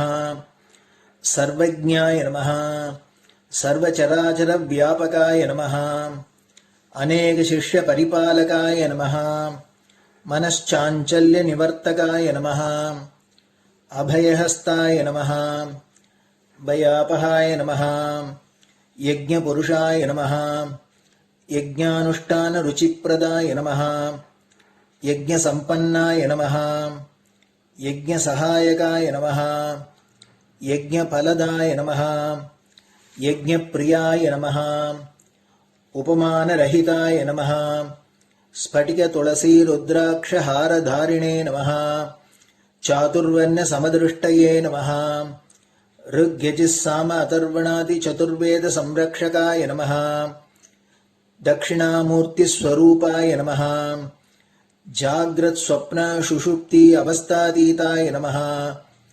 कोटिसूर्यतुल्यतेजोमे शरीराय नमः साधुसङ्गसंरक्षकाय नमः अश्वगजगोपूजानिर्वर्तकाय नमः गुरुपादुकपूजातुरन्तराय नमः कनकाभिषिक्ताय नमः स्वर्णबिल्वदलपूजिताय नमः सर्वजीवमोक्षदाय नमः मूकवाक्ताननिपुणाय नमः नेत्रदीक्षादानाय नमः द्वादशलिङ्गस्थापकाय नमः गानरसप्रियाय नमः ब्रह्मज्ञानोपदेशकाय नमः सकलकलासिद्धिताय नमः चातुर्वर्ण्यपूजिताय नमः अनेकभाषासम्भाषणकोविदाय नमः अष्टसिद्धिप्रदायकाय नमः ॐ श्री शारदामठसुस्थिताय नमः नित्यान्नदानसुप्रीताय नमः प्रार्थनामात्रसुलभाय नमः पादयात्राप्रियाय नमः नानाविधमतपण्डिताय नमः श्रुतिस्मृतिपुराणज्ञाय नमः देवयक्षकिन्नरकिंपुरुषपूज्याय नमः श्रवणानन्दकरकीर्तये नमः दर्शनानन्दाय नमः अद्वैतानन्दभरिताय नमः अव्याजकरुणामूर्तये नमः शैव वैष्णवादिमान्याय नमः श्रीशङ्कराचार्याय नमः दण्डकमण्डलोहस्ताय नमः वीणामृदङ्गसकलवाद्यनाथस्वरूपाय नमः रामकथारसिकाय नमः वेदवेदाङ्ग आगमादिसकलकलासतस्प्रवर्तकाय नमः हृदयगुहाशयाय नमः शतरुद्रीयवर्णितस्वरूपाय नमः केदारेश्वरनाथाय नमः अविद्यानाशकाय नमः निष्कामकर्मोपदेशकाय नमः लघुभक्तिमार्गोपदेशकाय नमः लिङ्गस्वरूपाय नमः सालग्रामसूक्ष्मस्वरूपाय नमः कालड्यां शङ्करकीर्तिस्तम्भनिर्माणकर्त्रे नमः जितेन्द्रियाय नमः शरणागतवत्सलाय नमः श्रीशैलशिखरवासाय नमः डमरुकनादविनोदाय नमः वृषभारूढाय नमः दुर्मदनाशकाय नमः आभिचारिकदोषहर्त्रे नमः मिताहाराय नमः मृत्युमोचकशक्त्याय नमः श्रीचक्रार्चनतत्पराय नमः दासानुग्रहकारकाय नमः अनुराधानक्षत्रजाताय नमः सर्वलोकख्यातशीलाय नमः वेङ्कटेश्वरचरणपद्मषट्पदाय नमः श्री महात्रिपुरसुन्दरी समेत श्री चन्द्रमौलीश्वर पूजाप्रियाय नमः श्रीमच्चन्द्रशेखरेन्द्र सरस्वती सद्गुरु परब्रह्मणे नमः गुरुभ्यो नमः परमगुरुभ्यो नमः परमेष्टिगुरुभ्यो नमः परात्परगुरुभ्यो नमः गुरुपरम्पराभ्यां नमः गुरुपादुकाभ्यां नमो नमः. அடுத்தது ஊதுபத்தி இருந்தா அதை காமிச்சு தூபம், நெய் தீபம் இருந்தா காமிச்சு அதை நெய் தீபம் தீபம் காமிச்சுட்டு நைவேத்தியம் வெத்தலைப்பாக்கு பழம் இதுலேருந்து ஆரம்பிச்சு அவளுக்கு எது சௌரியமோ அதுபடி நைவேத்தியம் பண்ணலாம்.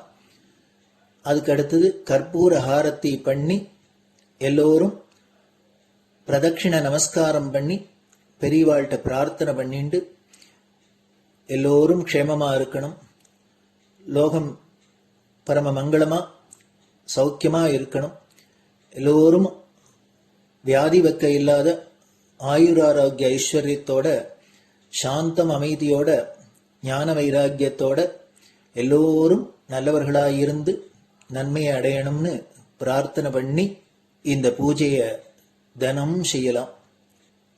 குரு பிரம்மா குருர் விஷ்ணுர் குருர் தேவோ மகேஸ்வரः குரு சாட்சாத் பரபிரம்ம தஸ்மை ஸ்ரீ குரவே நமः. அபார கருணா சிந்தும் ஞானதம் சாந்தரூபிணம் ஸ்ரீ சந்திரசேகர குரும் பிரணமாமி முதான்வகம். சதாசிவசமாரம்பாம் சங்கராச்சாரிய மத்யமாம் அஸ்மதாச்சாரிய பர்யந்தாம் வந்தே குரு பரம்பராம். குரு பாத பூஜை நிறைவடைஞ்சது. பெரியவா சரணம். திருச்சிற்றம்பலம். நிலை பெறுமாறு எண்ணுதியேல் நெஞ்சே நீவா நித்தலும் எம்பிரானுடைய கோயில் புக்கு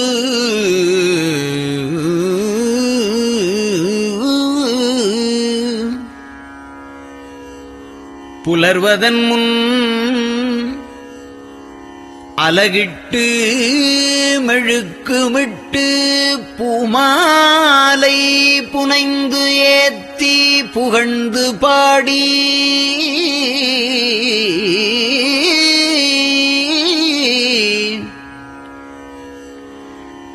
தலையாரக் கும்பிட்டு கூத்தும் ஆடி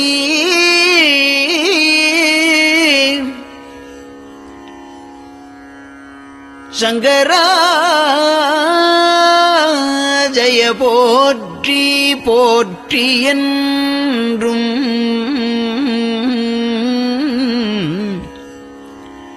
அலைபுனல் சேர் செஞ்சடையம் ஆதி என்றும் ஆரூரா என்றென்றே அலரானில்லே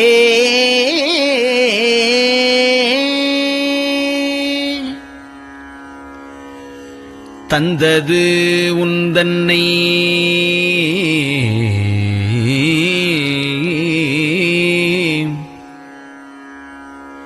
கொண்டது எந்தன்னை சங்கரா ஆர்கோலோ சதுரர் அந்தம் ஒன்றில்லா ஆனந்தம் பெற்றேன்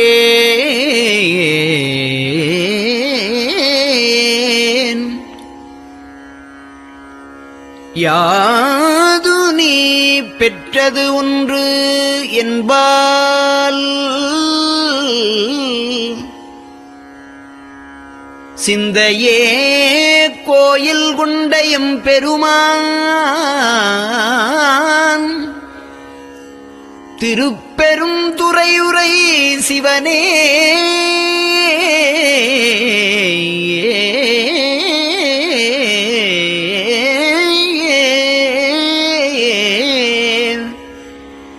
எந்த ஈசா உடல் இடம் கொண்டாய் யான் இதற்கு இளன்வோர் கைமாறே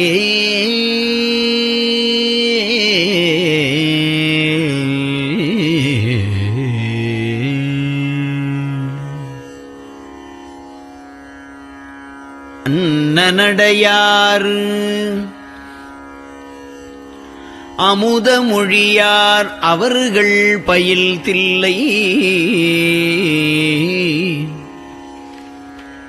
தென்னன் தமிழும் இசையும் கலந்த சிற்றம்பலம் தன்னுள்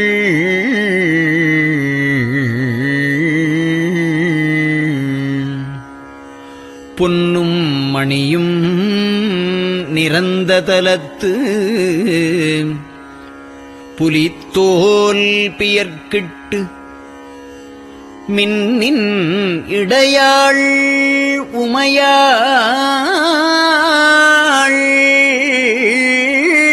காண விகிதன் ஆடுமே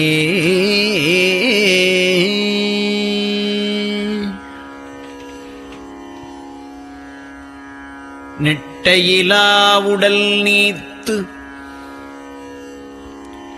என்னை ஆண்ட நிகரிலா வண்ணங்களும்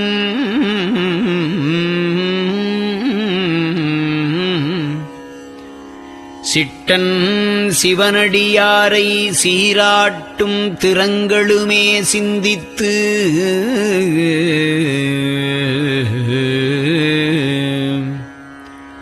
அட்டமூர்த்திக்கு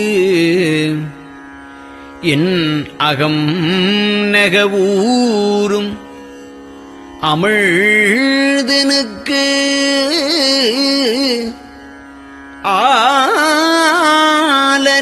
ஆலநீழற்பட்டனுக்கு என்னை தன்பாற்படுத்தானுக்கே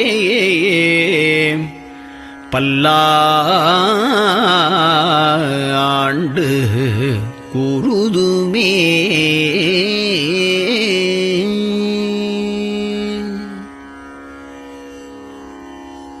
நெஞ்சம் ஈசனைக் காண்பதே விரும்பி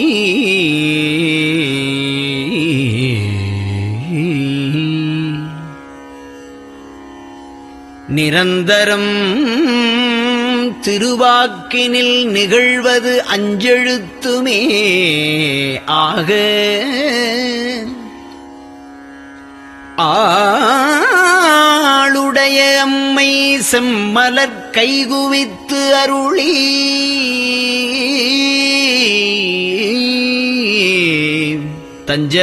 தஞ்சமாகி அரும் தவம் புரிய தரிப்பரே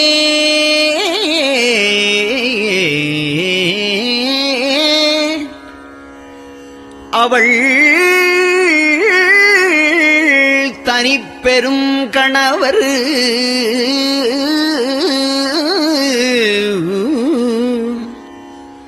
வஞ்சம் நீக்கிய மாவின் மூலத்து வந்து தோன்றினார் மலைமகள் காண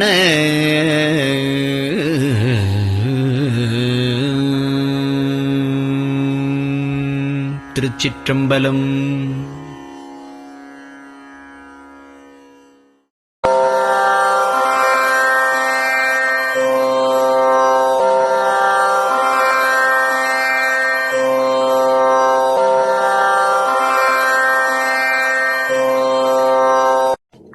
பெரியவா சரணம். பெரியவா வானொலியின் காலை நிகழ்ச்சிகள் இத்துடன் நிறைவடைகின்றன. எமது அடுத்த ஒளிபரப்பு இன்று மாலை இந்திய நேரப்படி 6 மணிக்கு துவங்கும். பெரியவா சரணம்.